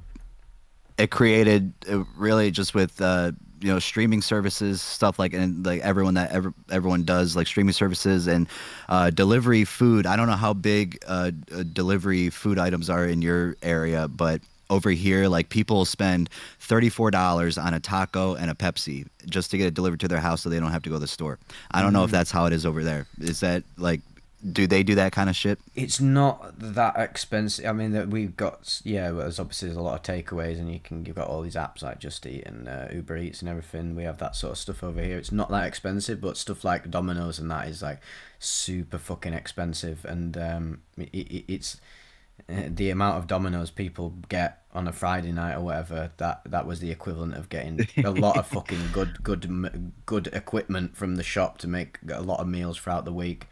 Even then, yeah, the price of food is fucking ridiculous. But also, the quality of food is. I feel I empathize. I said this other day because obviously I've got my own veggie plot. Well, it's my parents' veggie plot, but I'm helping them out with it and that. So we've been eating just sort of our own veggies and doing that, and it's definitely. I tell you what, it's fucking definitely improved my gut health and all my other organs and bowel Yeah. facilities. Because there's no. I mean, obviously the seeds as well. You got to buy the seeds. That's coming from a business. Maybe they've got fucking pesticides on them or whatever. But like it's eliminating all the other bullshit that comes through the commercial process. But I also have to be honest, and I said in that story that I made on Instagram, I was like, fuck me, I empathise with people who live in like a council estate on the UK and literally can't afford to eat really good food, and they have to eat like the most processed chicken nuggets because they're fucking like cost 50p, and live off like shitty sausage rolls and that because purely they don't have a job that allows them to afford better stuff, so they're basically just living off poison all the time. And yeah, I feel really bad for those people, and that's a serious systemic problem of capitalism. And that's what America just does normally. They just go fast food, processed foods, all the time. Everything is just so. I saw this picture of like what oatmeal is compared to what it is in Europe, and it's like there's like 5 ingredients in it in Europe, but over here there's like 25. Like it's just so much unnatural stuff, and we consume it, and there's no way of escaping it here in America. 'Cause it's like it's so everyone in America loves to just be fast and easy with their food. They don't like to. I mean, there's some people who definitely like to take their time, like old people and stuff who like stay-at-home moms and stuff like that. But you know, people who work a lot, work middle-class jobs like me, I want to make a fast meal, but if I want to make a fast meal, I'm gonna have to, sacrifice my body for it. And Yeah. it's really sad and sickening because you can easily just do it without it because you're doing it easily over there, you know? Yep. I always say this to my mates and that. I mean, the British cuisine is not um, well renowned either, but fuck me, the whole. I love watching like Breaking Bad or whatever, and Sopranos and Mad Men and that. They're going to these diners and like they're fucking eating like pancakes with syrup and bacon. And I'm watching Breaking Bad with my mate. He's never seen it before. He has no idea about it or anything. It's fucking great watching it with him. It's like watching it through a new set of eyes. It's awesome. And then there's this scene where Jesse. There's a lot of scenes where they go to a diner, and I was like, oh my god, right? Jesse has just ordered pancakes, bacon, sausage, and fries, and I was like, these are all the fucking food groups that you're told not to eat in excess as a youth. And we do it all at once. And All that's at once. and And that's then that's like your culinary culture, isn't it? It's actually bizarre. I mean, I wouldn't if I came over to America like as a British person, like, well, I've got to go check out an IHOP or a Denny's or a Wendy's or whatever, just for just for the novelty of it. But I was like, oh my god, literally people like go to work every day and like, oh, I'll get a fucking Denny's before I go and clock my hours in. It's like, oh my god, you're basically you're just killing yourself, aren't you? Like, no wonder cancer and obesity and diabetes and all these other fucking disorders and autoimmune issues are so prevalent in the West because this is what we're eating every day, and it collects over time, doesn't it? And like your body, after you can handle a lot of shit, can't you? When you're young, like when you're a teenager, like late teens, 20, you can abuse your body with drugs and alcohol and shit food and that, and you can sort of get away with it. But if that carries on as your body is degrading in a sense very slowly, you're gonna pay the price for it big time. And that's obviously why I say Japan and that, like they have like the some of the highest rates of like elderly people, don't they? People living into fucking 100 plus, and they're still very very all together, and their food is just very extremely clean. And obviously they're gonna have some bullshit over there, but over here it's just fucking hell. It's the amount of people like my mates. I'm not really into like sweets or energy drinks or fizzy drinks or anything like that. Obviously I will indulge from time to time, just sort of for a laugh. Like, so, I've not fucking had like a Haribo in ages. Let's fucking have that. And I'm like, oh, that sound. But then I don't get hooked. And then sometimes when my mates are like almost coming up to 30, and I'm like, you're almost like you're still eating like you were when you were 5 years old. I was like, this is actually like quite concerning, and they know it is as well. But sugar's fucking addictive. It's like sugar in it. Sugar is like the first drug that you have when you're a youth, isn't it? Really? Yes, I love sweets. I love like we have. I just bought. I don't know. Corn isn't very big in Europe or any other country, but America, You love corn is corn. like in excess. Yeah, we love corn, and there's the thing. Cornbread is amazing, and I like to eat that. It has like 15 grams of sugar per slice that I have, and it's a very small slice. It's not that big, but like it's so hard not to eat multiple pieces of it. Yeah. And then ice cream, donuts, milkshakes, cookies. You know, we eat all that shit here, and we eat it in excess. Like it's no joke. But since I can do that because I do have the job at the post office, so I like work off a lot of stuff. But like I also Mm, try to watch what I eat because you have to over here. You have to like watch. If you're very conscious about like your life later on, you're gonna have to like look at the nutrition facts, make sure like there's not a lot of sodium or there's not a lot of sugar. Like I don't really care about the fat content or the calories because I burn it off easily, but like the yeah. sugar and the sodium is what I worry about. And but yeah, no, there's some like you'll get so there's this grocery store that I go to and they have pre-made meals there, but they'll have the whole meal like a chicken parmesan meal. It'll be like 2,000 milligrams of sodium, and that's like your most of your daily value. So you can't like you gotta watch what you eat the rest of the day, Mm, just for one meal. Like one meal is supposed to be like a third of what you're supposed to have, but in this yeah. case you're eating like 70-80% of your daily value, and it's just like that's just how America is though. Like that's just we just love it, and it I don't know if they add it for taste or whatever, but they're just trying to kill us. But maybe both. I don't know. At Yeah. least There's a lot of fast variables. food. Fast food does taste good, I will say that, but I try not to get it. This morning I had a Dunkin' Donuts. I had an egg and cheese bagel, two of them with hash browns. See, that sounds nice. And I'd scran the shit out of that. Like, I'm not gonna lie, but I guess I think I just have a self restraint, and I guess it's because I don't have a habit of doing it. But if you've been eating that for your whole life and you've been doing it a long time, it's just like any other addiction, isn't it? It's hardwired into your brain. That's a lot of dopamine for your brain to seek out in the day, and yeah, naturally you'll fall into doing it. Yeah, another thing about say like energy drinks and that, or just fizzy drinks, and I don't know, get a bottle of Dr Pepper like randomly, which I don't. I must consume like not even like 10 yeah. Neither do I. fizzy Yeah, drinks a year. But then I get it, and I'm like, oh my god, this literally says right serving, like 2 servings, which means you're not really supposed to drink it all in one, are you? But the way that it's bottled makes you drink it all in one. You're not actually supposed to do that.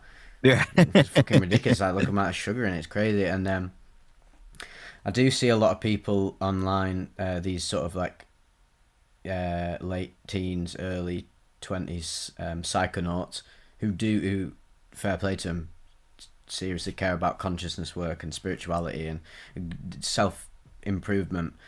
But a big common thread between all of them is they're like hooked on shit food. And I talked to this person a while ago, and they were like, they said they've never actually had a meal before. They just live off sandwiches, and they have done the whole life. And I was like, what the actual fuck? That's actually crazy. And I asked them like, what's your health like? And they told me all of this crazy stuff about their health and the parents' health and everything. I thought, oh my god, like, do you realize that probably the root cause of that is that you eat sandwiches like all day? I know. What's hilarious about sandwiches is that they're quite deceiving. Is that yeah, you've got a sandwich like a good sandwich, got like lettuce and cucumber and chicken in it, but that's not a real meal, is it? At all. Like, it's not. There's not real. no, It's not real sustenance. So I think a big thing for like really young, and I empathize because you're in this culture. I'm in this culture of just like dopamine consumption. We love shit food, and we don't like to change and improve.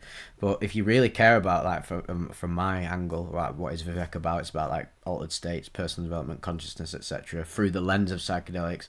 If you really are a proper psychonaut, and all the Dakota and your mate Tom all say this, and all the big lads, they say that you've got to respect the body. Why do people go to these ayahuasca ceremonies, and they fast for a week beforehand? Because what is in your body has a massive effect on what comes out of your consciousness. And I'm not even saying Hmm. anything revolutionary. We all fucking know that deep down.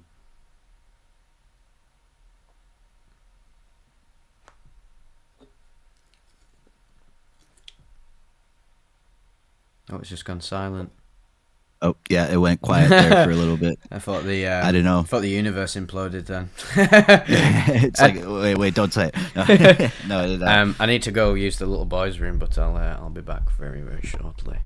okay. So keep him Um, entertained somehow. I will. I will. So yeah, no, someone said to use olive oil. I use avocado oil when I cook. I feel like it's a lot safer and better. I mean, well, compared to butter, butter is a gift from the gods. I will say I use it on my chicken, my steak, my pork, my fish. But I also start cooking in olive oil and avocado oil. That's the base ingredient for it. But let's see here. My country added nutrition scales to the food, and it's gauged by sugar and fat. So apparently, steaks are on the lowest nutrition scale. No, they are. Yeah, for sure. Um, but yeah, living in America is tough with all this shit. And then you got the fast food restaurants. They're all over the place, and the Uber Eats, the Door Dashes. Like I was in a period of time where I was Uber Eats eating everything, and I gotta stop that. And I haven't Uber Eatsing, Uber Eated. I haven't Uber Eated anything in like 2 weeks now, because that's a lot of money that you gotta spend for that shit just to get the food you want. Um, man, it's Uber eated. That's the fucking best term I've yeah, heard of all time. Uber Eated. Oh fuck! I've I was Uber trying eated to. myself to death. I really was, dude. I was spending a lot of money, but I've stopped, and So but convenient. it's very convenient. Yeah, it's very convenient getting stuff delivered to your house, but getting stuff like there's a smoothie place that actually has some really healthy food. They got like wraps and stuff, and with fruit smoothies, just like with yogurt and stuff in it, and just frozen fruit. And but it the smoothie was a little like it became more liquidy than it was like a smoothie, and it's not the same when you go to the store, when you go to the restaurant and buy it. So, Mm, but if you just don't want to take your time and go there, like sometimes after work when I sweat a lot, because I sweat like crazy at the yeah. job, so I don't feel like going anywhere. So when I go home, I like to Uber Eats. That's why. But like if I'm on my day off, or if I'm just in a good mood, just gotta sacrifice your sweatiness and go to the fucking store and buy it yourself. Speaking of living in America, have you got any anxieties about your upcoming election, which seems to be the most important election in a very, very long time? Yeah, I got a lot of anxieties about it. Yeah, it's pretty mad, isn't Um, it? I don't know who's gonna win. I really don't. I thought it was for sure Trump's after his bullet taken to the ear, but after I was seeing Kamala's rallies, and they're pretty fucking packed. So, Yeah. but the thing is, with her, she ran in 2020 and no Mm, one wanted her, but now it's funny that like everyone wants her now. But like I kind of like the Tim Waltz guy. I think he would be a like a good vice president, but I'm not too keen on either candidate. So I don't know what I'm gonna do. yeah. We're gonna just see what's gonna happen, and there's really no. I mean, in America, there's really no good choice at the end of the day. But I did there. I don't know. I'm not gonna get too deep into politics, but yeah, No, no, 'cause it's the it's ultimate. tough. Politics is the ultimate trigger for anybody. Like, um, Yeah, it's the ultimate thing that will get people going off because everyone has got their own little unique flavor of ideology to them. But just an interesting, yeah. just like factual thing I thought was interesting was obviously RFK Jr.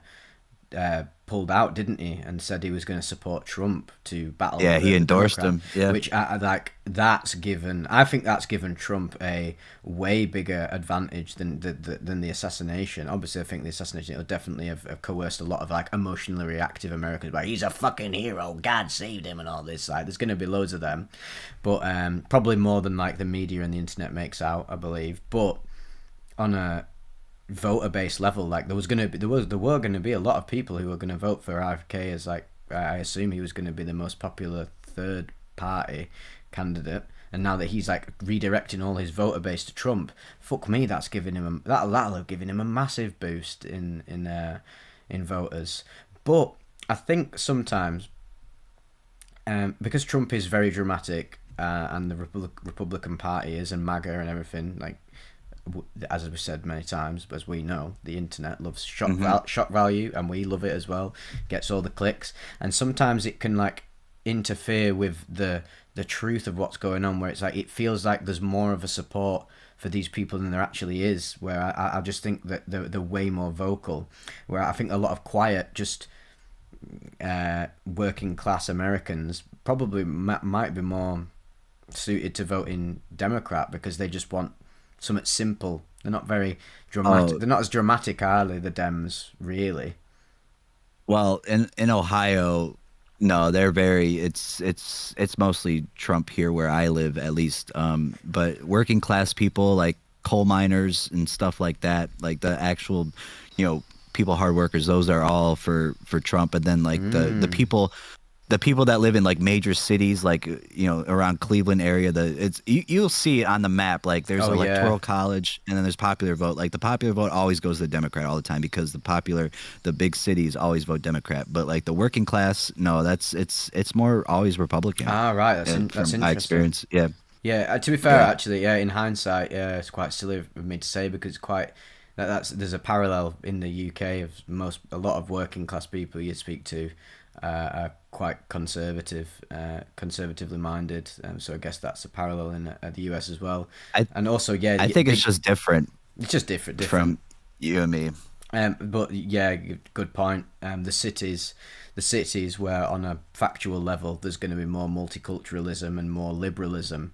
Of course, they're going to vote Yes. Democratic. Yeah, you look at that map, don't you, of how the states vote. Um, Sort of like the rural states, definitely more so.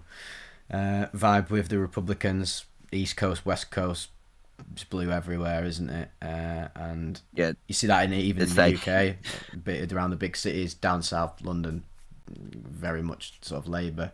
Up near where I am, Manchester, Lancaster area, much more Labour as well. Then you got like the random little fucking council estate towns, which it's just a bizarre because it's like, and obviously I don't want to get too political because it's very it's very opinion based. But no, like you're fine. it's just interesting that they want to vote for the conservatives and like the right wing, but when they don't have.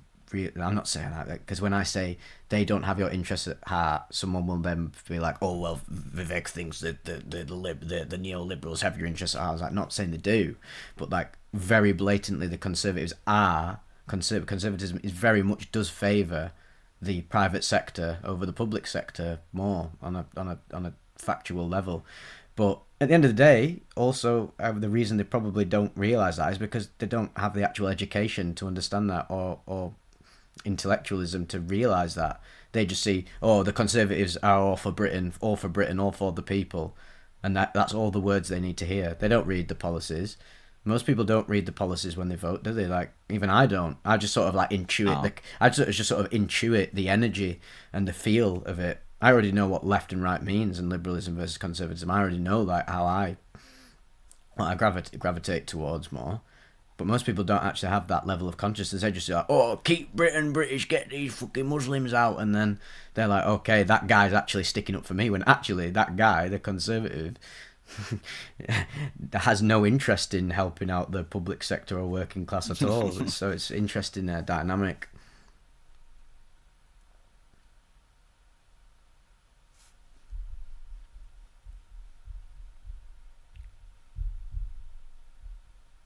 Oh, it's silent again. I know what's happening. The aliens are interfering.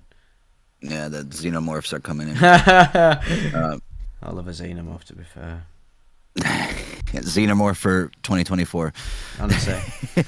No, Wish. they would seriously. So with the so with Democrats, they don't care who's who's running for them. They just don't want Trump. That's a big thing with them. They just don't want. They would literally vote for a dog in office. Now, for me, I don't vote. I'm not Yeah. gonna vote for anybody because I don't want to be the cause of something that people get mad about, and I just don't want to. Mm. So I don't vote. I don't do that kind of crap. I only time I voted was for a local election when I turned 18 because I was so excited to vote. I was like, yes, I can't wait to vote.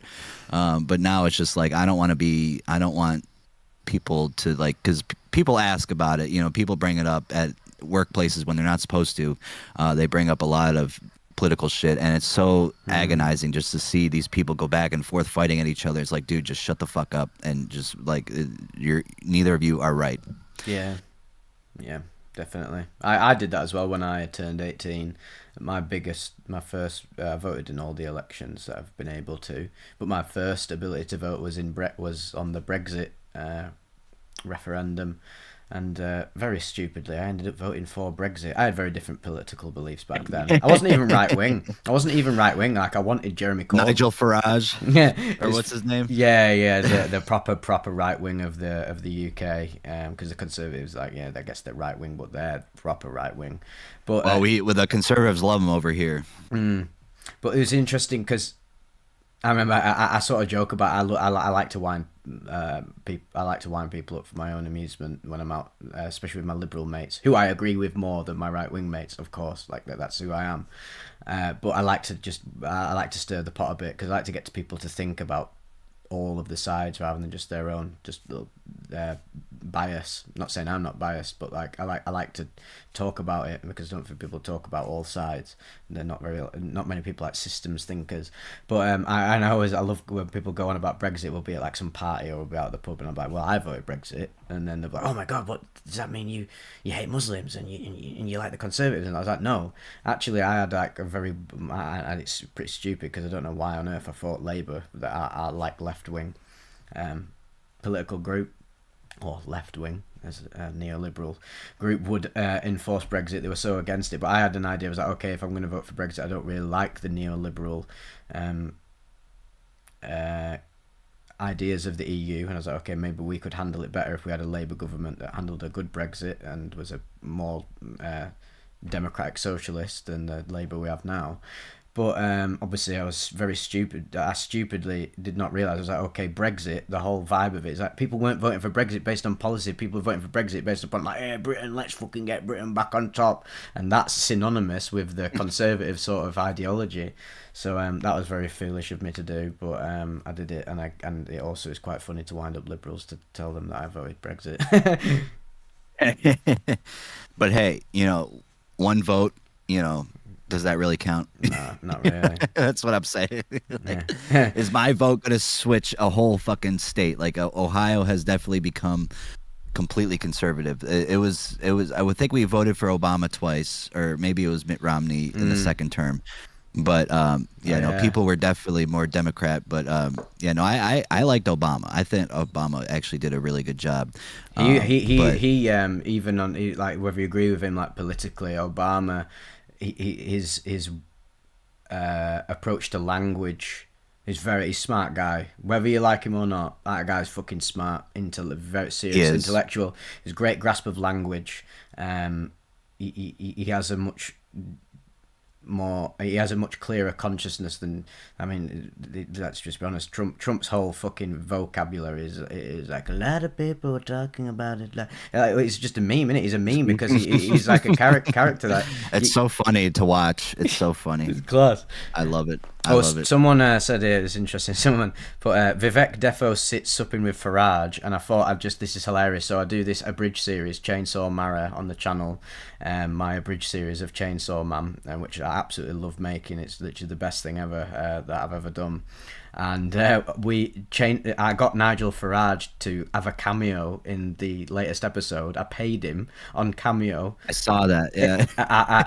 And it was hilarious because oh my, me and my mates basically we meet up every week and we do like the Chainsaw Marrow production team. It's just I don't give a fuck whether it doesn't get many views. It's like, it's quite big round here where I live, like because it's just so it's like a parody of where I live. Conveyed through an anime, and I love my channel got started through a bridge series, so I was like I want to do another one, and it's a lot of creative force that goes into that. And when we scripted it, I had this idea, I was like, oh, should we make this weird looking creature Nigel Farage? And then I was like, okay, the only way to do that is to actually pay him on Cameo. And I just thought, it was like, this is crazy. I had to pay him, I'll just say, I had to pay him 125 quid to read out a few lines for this episode, and I'm not even gonna lie, that was the best £125 I've ever spent, because I think I've listened to that video 125 plus times, which means if that one video is worth a quid, I've definitely got my money's worth. So I guess I do sort of love Nigel Farage in a way, because he's made my life a lot funnier. And then someone put, question for Vivec, what is going on politically in the UK? I always see immigration related political discourse, riots and killings, but in the US I'm very detached from it. So obviously, I mean, you might have seen it. This is the really biggest thing in the UK lately, was the riots that have been going on. Do you know much about that? No, I don't actually. I haven't seen that. Oh, this is probably the biggest thing that's happened in the UK in quite a while, because obviously some stuff happened. You find out that we've got a new prime minister and other stuff like this, and often other stuff like national news doesn't really penetrate the US and other countries, but this was quite big. And what happened was, actually in Lancashire where I live, there's a place called Southport, and 3 girls were murdered by this man, a Taylor Swift sort of reenactment thing for kids. Very, very brutal, very tragic. And online, the right wing of the UK, the far right wing, the UKIP and beyond sort of people, the Farage and beyond boys, they spread online through all these figures like Tom Robinson, who are basically just like, yeah, megalomaniacal absolute fuckheads who use people's like emotions to fuel an agenda. They manufactured this this rumor that the guy who killed them was an illegal immigrant and got here illegally through our what I will admit is quite a unstable immigration system. I'm not saying like I have very nuanced takes on immigration and that. I don't want to get all Muslims out, but I also don't think we have a very clever system. But they're just on the whole, oh, keep Britain British, or blah blah blah, I hate everyone who's a person of colour.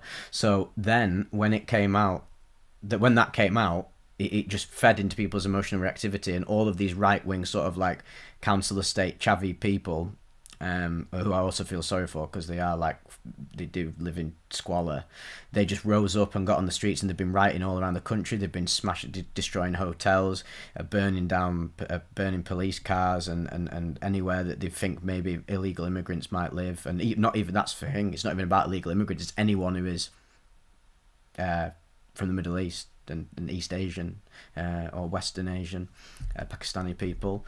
And yeah, that's the big thing in the UK right now. It's even happening in my hometown of Lancaster. And a very, very big YouTuber came to Lancaster and made possibly the biggest video ever about Lancaster. He's called Charlie Vivec. And he came over and he's like, look at all these fucking loony lefties on the museum steps and that. And it's like, he's coming to my literal hometown and fueling the diatribe that's going on. It's really crazy to see, but it just shows you that all you need is one rumour to spread on the internet like wildfire, and people will believe it, won't they? If there's an emotional connection to it. No, the riots over here, I mean, they've been happening ever since fucking Rodney King, when that was in whatever that happened. But yeah, no, it's definitely a lot. I've noticed from what you're saying, it's a lot different from America and the UK. It's very, very, very different. Yeah, it is. It's funny. It's funny that it is, in a sense, because on my Discord, I'm like, I like to troll people a bit in a very in like a conscious, like healthy way. Cause I'm not even trolling them. I just like to just just pick apart people's ideas in sort of like a healthy manner, because I'm like, oh, there's a bit more to like life than what you're claiming here. People that make a lot of absolute claims on my Discord and even in my comment section and on Instagram, a lot of people say to me like, Vivec, do you think this? And if you don't, why do you think this? Blah blah blah. And maybe you think this because you're this sort of person. And then I'm like, okay, you're thinking in reality. You try to put reality into a box where the box is fucking infinite and goes on like that. It's not like that. Reductionism is a serious barrier to consciousness. And I realised that, yeah, most of my audience is American, and I really didn't actually fully realise the disconnect between English minds and American minds. Not saying one is better than the other at all. At all. I just have a bigger American base of followers, so I see more of their minds than I do the British minds. And yeah, the British mentality really is very different from the American. Where it's funny because for a long time growing up, I was like, oh, we all speak English. We're all from the Western world. I thought Australia, Canada, America, blah, blah, blah, all the main English-speaking countries were just sort of like different versions of each other. But actually, we're so, it's so different, isn't it? The way we approach every single aspect of life, it's actually bizarre. You're basically a foreigner. You're basically, like, when I thought of a foreigner I thought it was someone from like fucking, I don't know, Pakistan or Pakistan some or Kurdistan, and like, no, really, a foreigner is just anyone who is literally not from your country, and like, um, I'm not xenophobic, totally. Like, I'm very much like quite a progressive person, but I also have to be honest with myself is that I do think xenophobia and that is actually sort of hardwired into like human DNA in a sense. Not mean like, we can transcend it and we will transcend it over time. We're still in the dark ages of human consciousness. We're only a very infant species. But I do think xenophobia and just sort of being like fearful of like something that you don't understand is actually hardwired into human brain, because like I was saying, like caveman, like your caveman, if the fucking caveman from the other cave comes around and he looks a bit different and he's got a different weapon or whatever and he's just not from your tribe, naturally your like survival instinct is like, oh, that's a problem. So in a sense, I sort of do understand xenophobia. Not that I agree with it, but I totally understand why it exists. Yeah. So when Trump was started to come along, he had a really big thing with Muslims, and that's it. It kind of like became like over here, the biggest thing is Mexican immigrants. Like people hate just not being able to come in this country, but I don't see a problem with it. I really don't. But the thing with Trump is that he said they're bringing drugs, they're bringing crime, they're rapists. He said all that shit, but like sometimes he says stuff and he doesn't like. It comes off the wrong way. It's just like a Kanye West type of person. He says things and like what he says is not what he actually means. So like I understood like what he meant by that, just like by saying like, yes, there's cartel and stuff, but like, just the hardworking Mexican person like is not going to, do that kind of stuff, just like the person that wants to come here and have a better opportunity for America. So yeah, we're big on immigration over here for Mexico, but like no one cares about Canada or anything. Like no one cares about if a Canadian comes in here and just starts rapping and is on Degrassi and loses a rap battle with Kendrick Lamar. But, yeah, I think the problem with Trump is he doesn't really expand. I like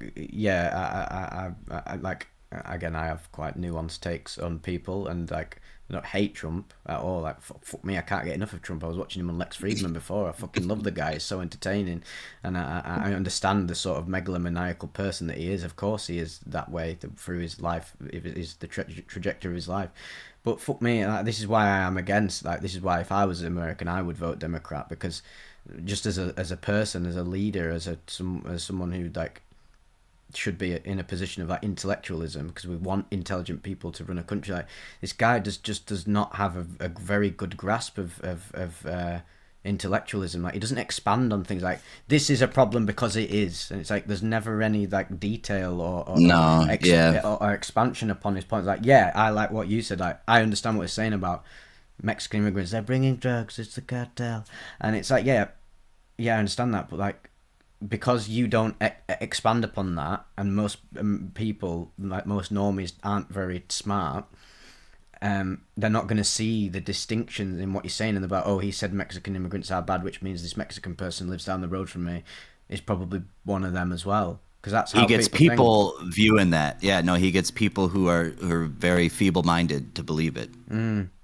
Yeah, and that's the problem. The rhetoric that these political leaders use, and that's why for me, I'm not left or whatever. I'm not like a full on leftist, but I do often gravitate more towards, like, people say, like, I gravitated a lot towards Bernie Sanders and say Jeremy Corbyn of my own country. Not that I fully agreed with everything they're saying, but the way they articulate, they clearly have deeper levels of consciousness than the other side. It's not actually about right and left. It's about It's about the consciousness of the system that they represent, and how they want to channel that.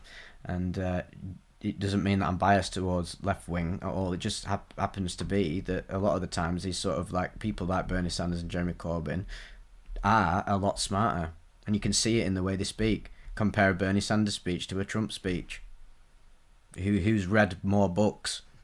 Like, Trump, I remember that this apparently I saw this other day that Trump's never actually read any books on foreign affairs, or many books on actual politics or anything, and he's really just stumbled into it through being a fucking very powerful guy and having a He great. was on The Apprentice. And he's on The Apprentice. Like, he's great. He is a fucking brilliant populist I mean, politician, but he doesn't really fucking know much about the actual mechanics behind politics at all. that's He's a bumbling clown. that's what people like about him though over here. They Yeah. like that he's just like he just says whatever's on his mind at the time because he also knows. I mean, he's not very informed on political stuff, but he knows like the inside because he's been around like with the high people, like the rich, very rich people, and he knows too much information about like these people, and like they're kind of afraid of him. They're scared of what he's gonna say because he knows that, but like he doesn't know how to like actually be a president. No, I don't know. he doesn't have a good. Yeah, he has a great grasp on the average Joe's mindset, but Yeah. let's just get real here. The average Joe shouldn't be leading the country. You need seriously smart people in government. You need seriously fucking smart, conscious people, holistic thinkers, systems thinkers in government to have great leaders. And whatever Obama, we can critique him for days on end, but that guy, he was a serious systems thinker. He thought. He saw he combined many areas into his mindset, whereas Trump is very much just like, this is my mindset and this is the be all and end all, and like, fuck me, they're the worst, as we've seen throughout human history, they're the worst sort of leaders.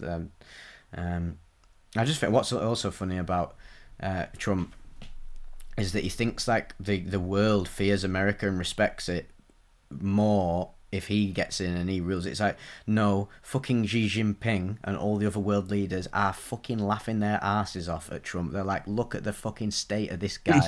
Look at the state of their country, that's who they vote in, and that's who they see as like a good leader. And like, not saying I agree with the Chinese Communist Party at all. They're fucking well corrupt, like seriously corrupt. But I tell you what, there is a bit more intelligence going on in the way like Jinping actually presents himself than Trump. He's definitely got a lot more finesse. Not saying like corruption and intelligence. It doesn't. This is again. It's distinctions, nuance that people don't like to think. Because I'll say this thing and something about, oh, you fucking love Chinese communism. Like, no, they're seriously fucking corrupt. They need to evolve and that. But they're in a completely different stage of development. But if Trump gets in, I just don't see how Trump thinks he can combat the rise of China in the world, and especially because China's wanting to fucking like rape the US, isn't it? Like seriously wanting to rape Yes. the US economy. I think the Dems and Kamala probably have a better chance of like standing up to that and implementing better systems. But at the end of the day, I also don't really fucking know. I'm literally just some guy on YouTube, so what do I know? I'm not working in government. Yeah, we all have different opinions, and we don't know. Until it actually happens, we won't know. And I'm deathly afraid of what's going to happen here. I really don't like either side, whoever wins. Like I can't see us getting past 2030. I really can't. But Yeah, the next 6 years are gonna be fucking crazy. yeah, Yeah. Just to segue into that, actually, I wanted to say that this is one thing we've got to do in the pipeline, right? I've got to come over. We've got to link up, haven't we? It's got to be done on it. Not just me and you, but like all of us, all of the psych tubers and anyone. We need to. And you're all in America, like all the rest of us, like me and Tripwhip and yes, me and Tripwhip, really. We're all outside of the US. Oh, your mate Tom as well. It's all congregated in the US. All of this YouTube stuff and that's definitely something in the pipeline, but it is also there is a bit of like that element of fear. I mean, you just got to face fear to get over it. What the fuck am I gonna do? Really, I can't help it if I go over there and something bad happens to me. I've just got to fucking bite the bullet, and it's just reality. You'll be fine. I know, it will be fine. It's just all in your head, isn't it? It's literally all in your head. Yeah, no, it scares you with the propaganda that shows up. Like there's like a shooting every like day. You got to worry about like fucking getting robbed. Like no, it's really like if you're in a nice suburban area, you're gonna be fine. I don't experience nothing, but but that doesn't mean that some serial killer can't just come into my house and kill me at night. You know, that's the sacrifice we have to make for living in this human reality. So you can't live in fear your whole life. But yeah, that's definitely something in the pipeline in the next like 2 years. Got to all congregate. That'd be sweet. Go to VidCon, meet all of our other fellow YouTubers and that. Because like I say, I've got to make the journey. It's over there. It's not fucking happening here. I still got to make a journey too, because California is a pretty fucking far away from me. So true. Yeah, that's where we really need to go, isn't it? I guess that's where it would be the most sensible place for us all to congregate. It's like that's where where YouTube headquarters is, California. I think so, yeah.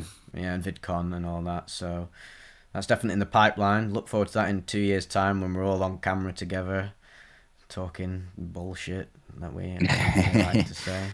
Yeah, we're gonna talk more bullshit in the future because I think it's a good time to end the podcast there. I think we had a lot of good topics. We got very political, actually. I think we said we weren't going to get political, but then we just got very political.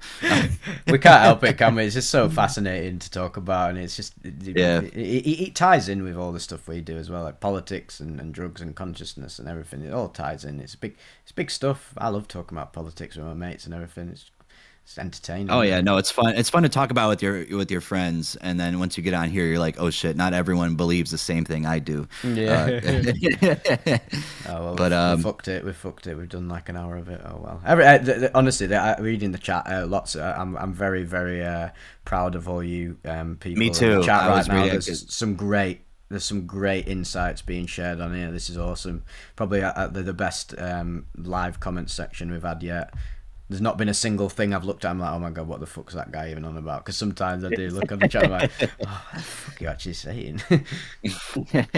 Yeah, no, I feel like with this audience we have here, like we really appreciate you guys because we can talk about my opinions, his opinions, and we can all just like agree to disagree. I think that's the healthiest way to do it. Just like if you don't agree with me, that's fine, but just don't make it a huge issue. That's what I like about you guys, because you guys don't fucking do that shit, and I fucking really appreciate it. So yeah. Very very appreciative of your level of understanding, we do really have a great interaction with our fan base, and I just wanted to leave it on. If anyone has any quick fire questions, we'll give you like 5 minutes or so to fire some off if you have some.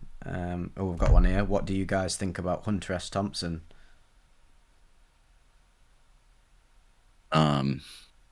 He's the fear. I think Loven guy, isn't he? Yeah. I think he did a good job. I don't really have an opinion for him. I tell you what, he's a fucking character. He's a serious human character. He has some personality. He has a really great writer. Obviously, pioneered Gonzo journalism and was responsible for the amazing book, which went on to the fucking incredible film, a quintessential psychedelic film, Fear and Loathing in Las Vegas.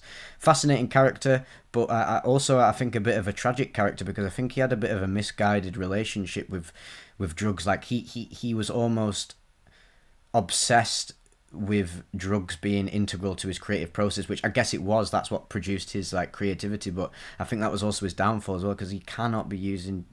Look, right, these drugs. Fuck the drugs, mate. Like, it's putting a lot of fucking stress on your nervous system, and like, not really supposed to be putting all these chemicals in your brain all the time. And it probably did lead to his downfall in the end. I'd have to look into him a bit more and see what his like last years of his life were. And That's a good video idea for you to do. ooh, yeah, that's a good. That's a good one. Mm. Um, when are you guys gonna do an OnlyFans together? We already have one, but we're not ready to release it to the public yet. Only our Yeah, only the secret trip keeper Vivec sect knows about that. But you guys, yeah. one day. Would you ever try mescaline? I've done it before and I had a good time on it, but I don't really remember it too much. So I don't know if you've ever done it before, but yeah, I don't. I remember I was drinking the concoction and it was just I was already pretty drunk, so and I was on acid at the time. But yeah, I don't really remember. I just felt good. I remember that. That's what I remember. I just remember it was just very a good time. It's quite a light psychedelic, isn't it? I was talking with your mate Tom Yes. about it last time, and we were got into a big chat about mescaline because he after we did that interview, he posted that video, the psychedelic, the classic psychedelic that people forget about, mescaline, and because it is one of the big psychedelics, but it's actually one of the lighter ones. Although in a sense, I have had a taste of it because 2CB is essentially a synthetic version of mescaline, or Yes. yeah, synthetic. It's like Yes. yeah, synthetic cousin of it. But so I probably would really like it. It's probably the only psychedelic right now in my life that would be like I'm not really like right now. I'm going for a big integration process of doing psychedelics for like 10 years. But if that I ever had the opportunity to try it, I would. Well, no thoughts about it. I would 100% try it because it's a classic, isn't it? I'd love to get that under my belt. But it's not really something you come across, and it's not something I really fancy seeking out. If it just somehow stumbled upon me, I would definitely say yes. Mm. Yeah, me too. I'd have to agree. Kafka flipping, K and LSD thoughts. Oh, I could talk about that for a bit. But in a sense, like I talked about this the other day. Actually, someone asked me in my Discord that, oh, have you ever combined ketamine with like MDMA and LSD and DMT and all these other psychs like mushrooms? I said, yeah, I have, many a time. But for me, this is just me. I know other people have really crazy experiences with the synergy of them.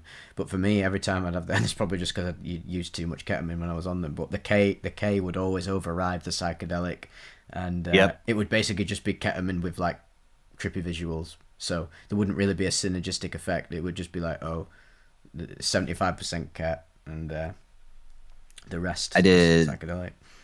I did ketamine with 2CB and shrooms, and all I could think about was just not trying to die on it. With the, I just me and dissociatives do not mix well together. We just don't. I recently went into my trip on DXM the other day, and yeah, that was fucking wild. Where I almost died twice during the trip and a couple days after. But I think DXM and ketamine. Now that I've done both, I think they are very similar in very similar senses. So I don't know if you've ever done DXM before. I don't think you have. No, I've not. It's But just like I said. I've said many times that it's not a thing in the UK at all. I think because obviously Ket isn't as big as in the US, or hasn't been until now. I know I've noticed from just interactions with fans that ketamine is actually taking off a lot in like the rave scene over there. Funnily enough, drum and bass is getting big over there, which is synonymous with ketamine, and there's a massive link between drugs and drugs and drugs, music and drugs. What the fuck happened there? But yeah, that dovetails into this question: how common is ket in the UK? I know it's big there. I've been able to find it in Midwestern US in like 3 years. Nobody knows where to get it. Oh, I mean, yeah, ket is huge over here. I guess I'm very like, big. I'm the poster boy of ket addicts in the UK, which is quite hilarious.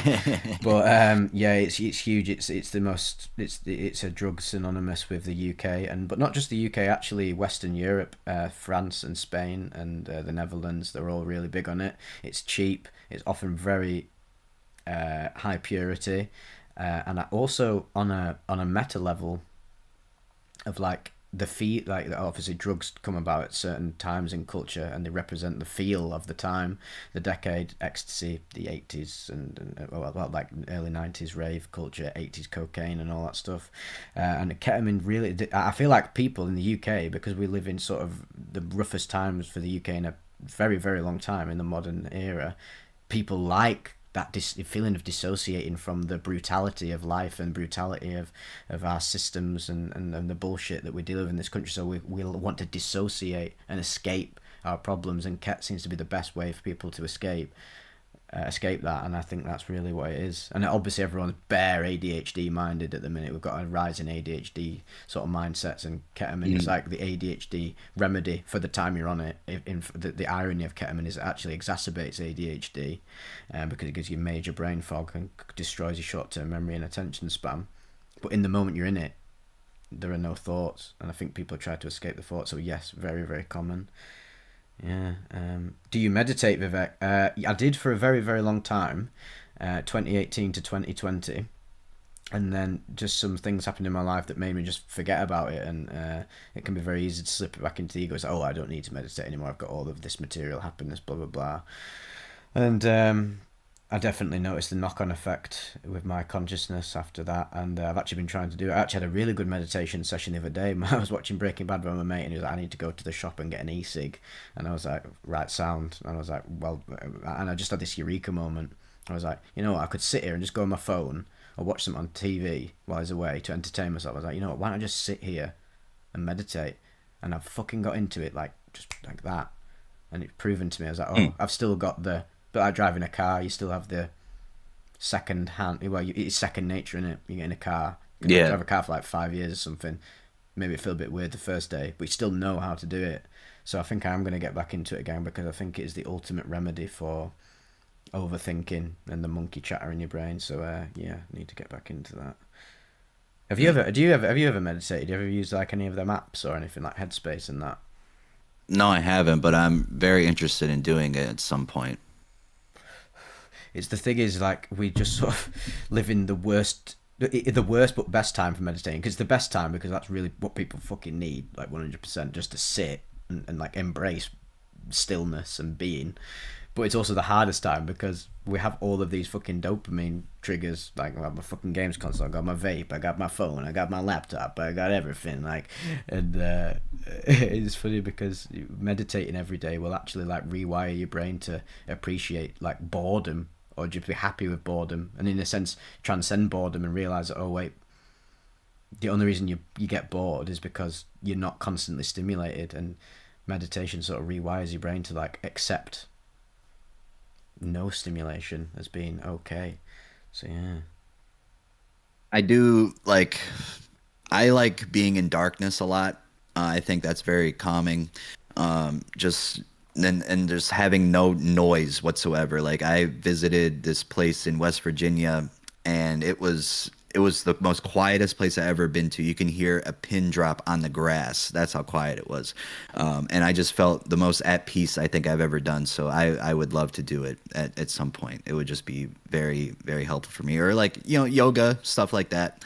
Meditation, become a Buddhist, do all three at the same time. I'm going to be doing a lot of meditating. I'm going to do a lot of meditating in Japan when I go to... I love meditating in like... not even meditating, it's just sort of being mindful in just like nature spots. I'm a big hiker. I'm a big into my nature and just going on walks and that. And I'm lucky to live where I do live out in quite a rural area. I cannot wait to go to Japan and actually go to the temples and get involved. That'll be with exciting. That. I know, yeah. I really do feel like it's not just going to Japan for me. It's not just it's a holiday that I've wanted to go on my whole life. It's like always been my dream to go and visit there in terms of like entertainment and fun and just being interested in the culture. But it's like genuinely going to be like a fucking healing journey for me on many levels. Yeah, I cannot fucking wait. I'm excited for you. Oh, thank you. When you name Ket, is it the art isomer you've done? Well, I've probably done every single type of ket that exists, even types that people don't know about. But like, yeah, the most common types. Well, there's R isomer, there's S isomer, and then there's racemic. But racemic is just a mixture of the two in, say, like a collection of like a bag of ket you might get. It's just both of them merged together, so you'll get like a mixture of them effects. So I think I always get them mixed up. It's either vice versa. I can't remember. So R isomer, I will say that that's the more physical ket, where it's just like the classic tranquilization, sort of like oh stunned feeling, all the bodily sensations. Whereas the S isomer is the more psychedelic, transcendental, trippy sort of shit, but also has that physical effect. And obviously, if you want to do consciousness work with ketamine, which can be used wisely if you're not me, you can take S isomer and really explore consciousness.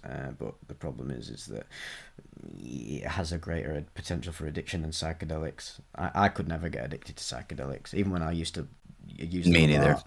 They're just too intense. Yeah, they are really for your brain.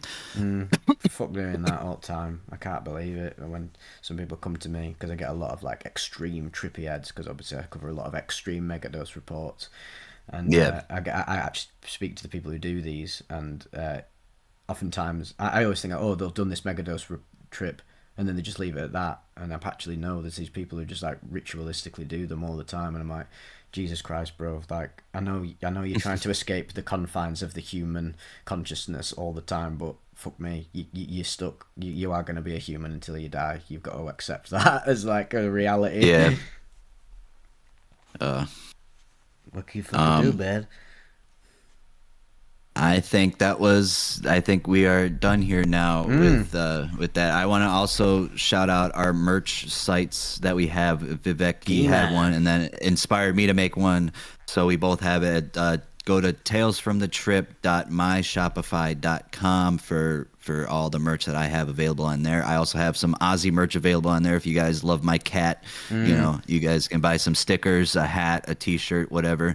But yeah, you want to say anything about your merch Yeah, if really you quickly? if you want to, I can't remember the vivec.myspreadshop.com. But if you want to find an easier way to access it, it's in the description of all my videos. But also, an even easier way is if you literally just go on my channel and actually just look on the homepage. It's linked with it already, so you can find that there. I'm not saying it's anything fucking spectacular. It's just a boy on a t-shirt. But to be fair, the print is really fucking good, and this is a well comfy t-shirt. I was very happy with it. Really? Yeah. Oh, I'm mate. excited. It's so, mate. This is, it's like one of the premium ones you get. The print is awesome. The design, like I upscaled it to 4K to make so you can enlarge it, you can make it smaller, you can position it wherever, and on a level. It's nothing fancy, but if you want to support us and also have just something to, I mean, the brilliance, I guess, of merch, really, for me, what I've realised, because I'm not the sort of person like, hey, look at me, I'm Vivek, I'm wearing the Vivek t-shirt, look at me. It's like, no, in a sense, it's cool to be like, oh, someone will like see that and be like, oh, I listen to Vivek, and they come up to me like, oh shit, that's you. Or if you're a Vivek listener and you're wearing it, maybe someone you meet out in the street or at a rave, especially raves. I know a lot of people who are into raves like my content, because it's synonymous with taking psychedelics. You'll find some, you Hmm. might meet another Vivek head there, and that'll spark off a nice conversation. And same with your merch as well. Like you'll be walking out with a Tales from the Trip shirt. If I, Someone's like, "Oh my God, Tales from the Trip! I listen to him every night before bed." if I see it out in public, I'll start flipping out. I'll be like, "What the fuck?" I know, right? That would be surreal, super uh, surreal. But yeah, but guys. hope you all have a wonderful, safe night, Mm, guys. It's getting late over there in the UK, it is. and it's getting late over here in America too. It's already 8:30, and I ordered. Funny thing is, I ordered Uber Eats, so I Yeah. took away my promise there for a sec. But I really want a burrito right now, so I'm I'm also getting I had like two. I've had two beers, and then honestly, I get a few beers down, and like I could now scran a horse. yeah. Right, guys. Thank you All very much right. for joining us, and look forward to more funky conversation in the future. We'll get some more guests on the go. Obviously, it alternates between my channel and the Trip Keepers channel, so yeah, keep your Mhm. eyes out for it. Follow us on Instagram as well, because we're most active on there. That's where you can hear about us, most of our shenanigans on the sideline. But yeah, thank you very much for joining us. Hasta la vista.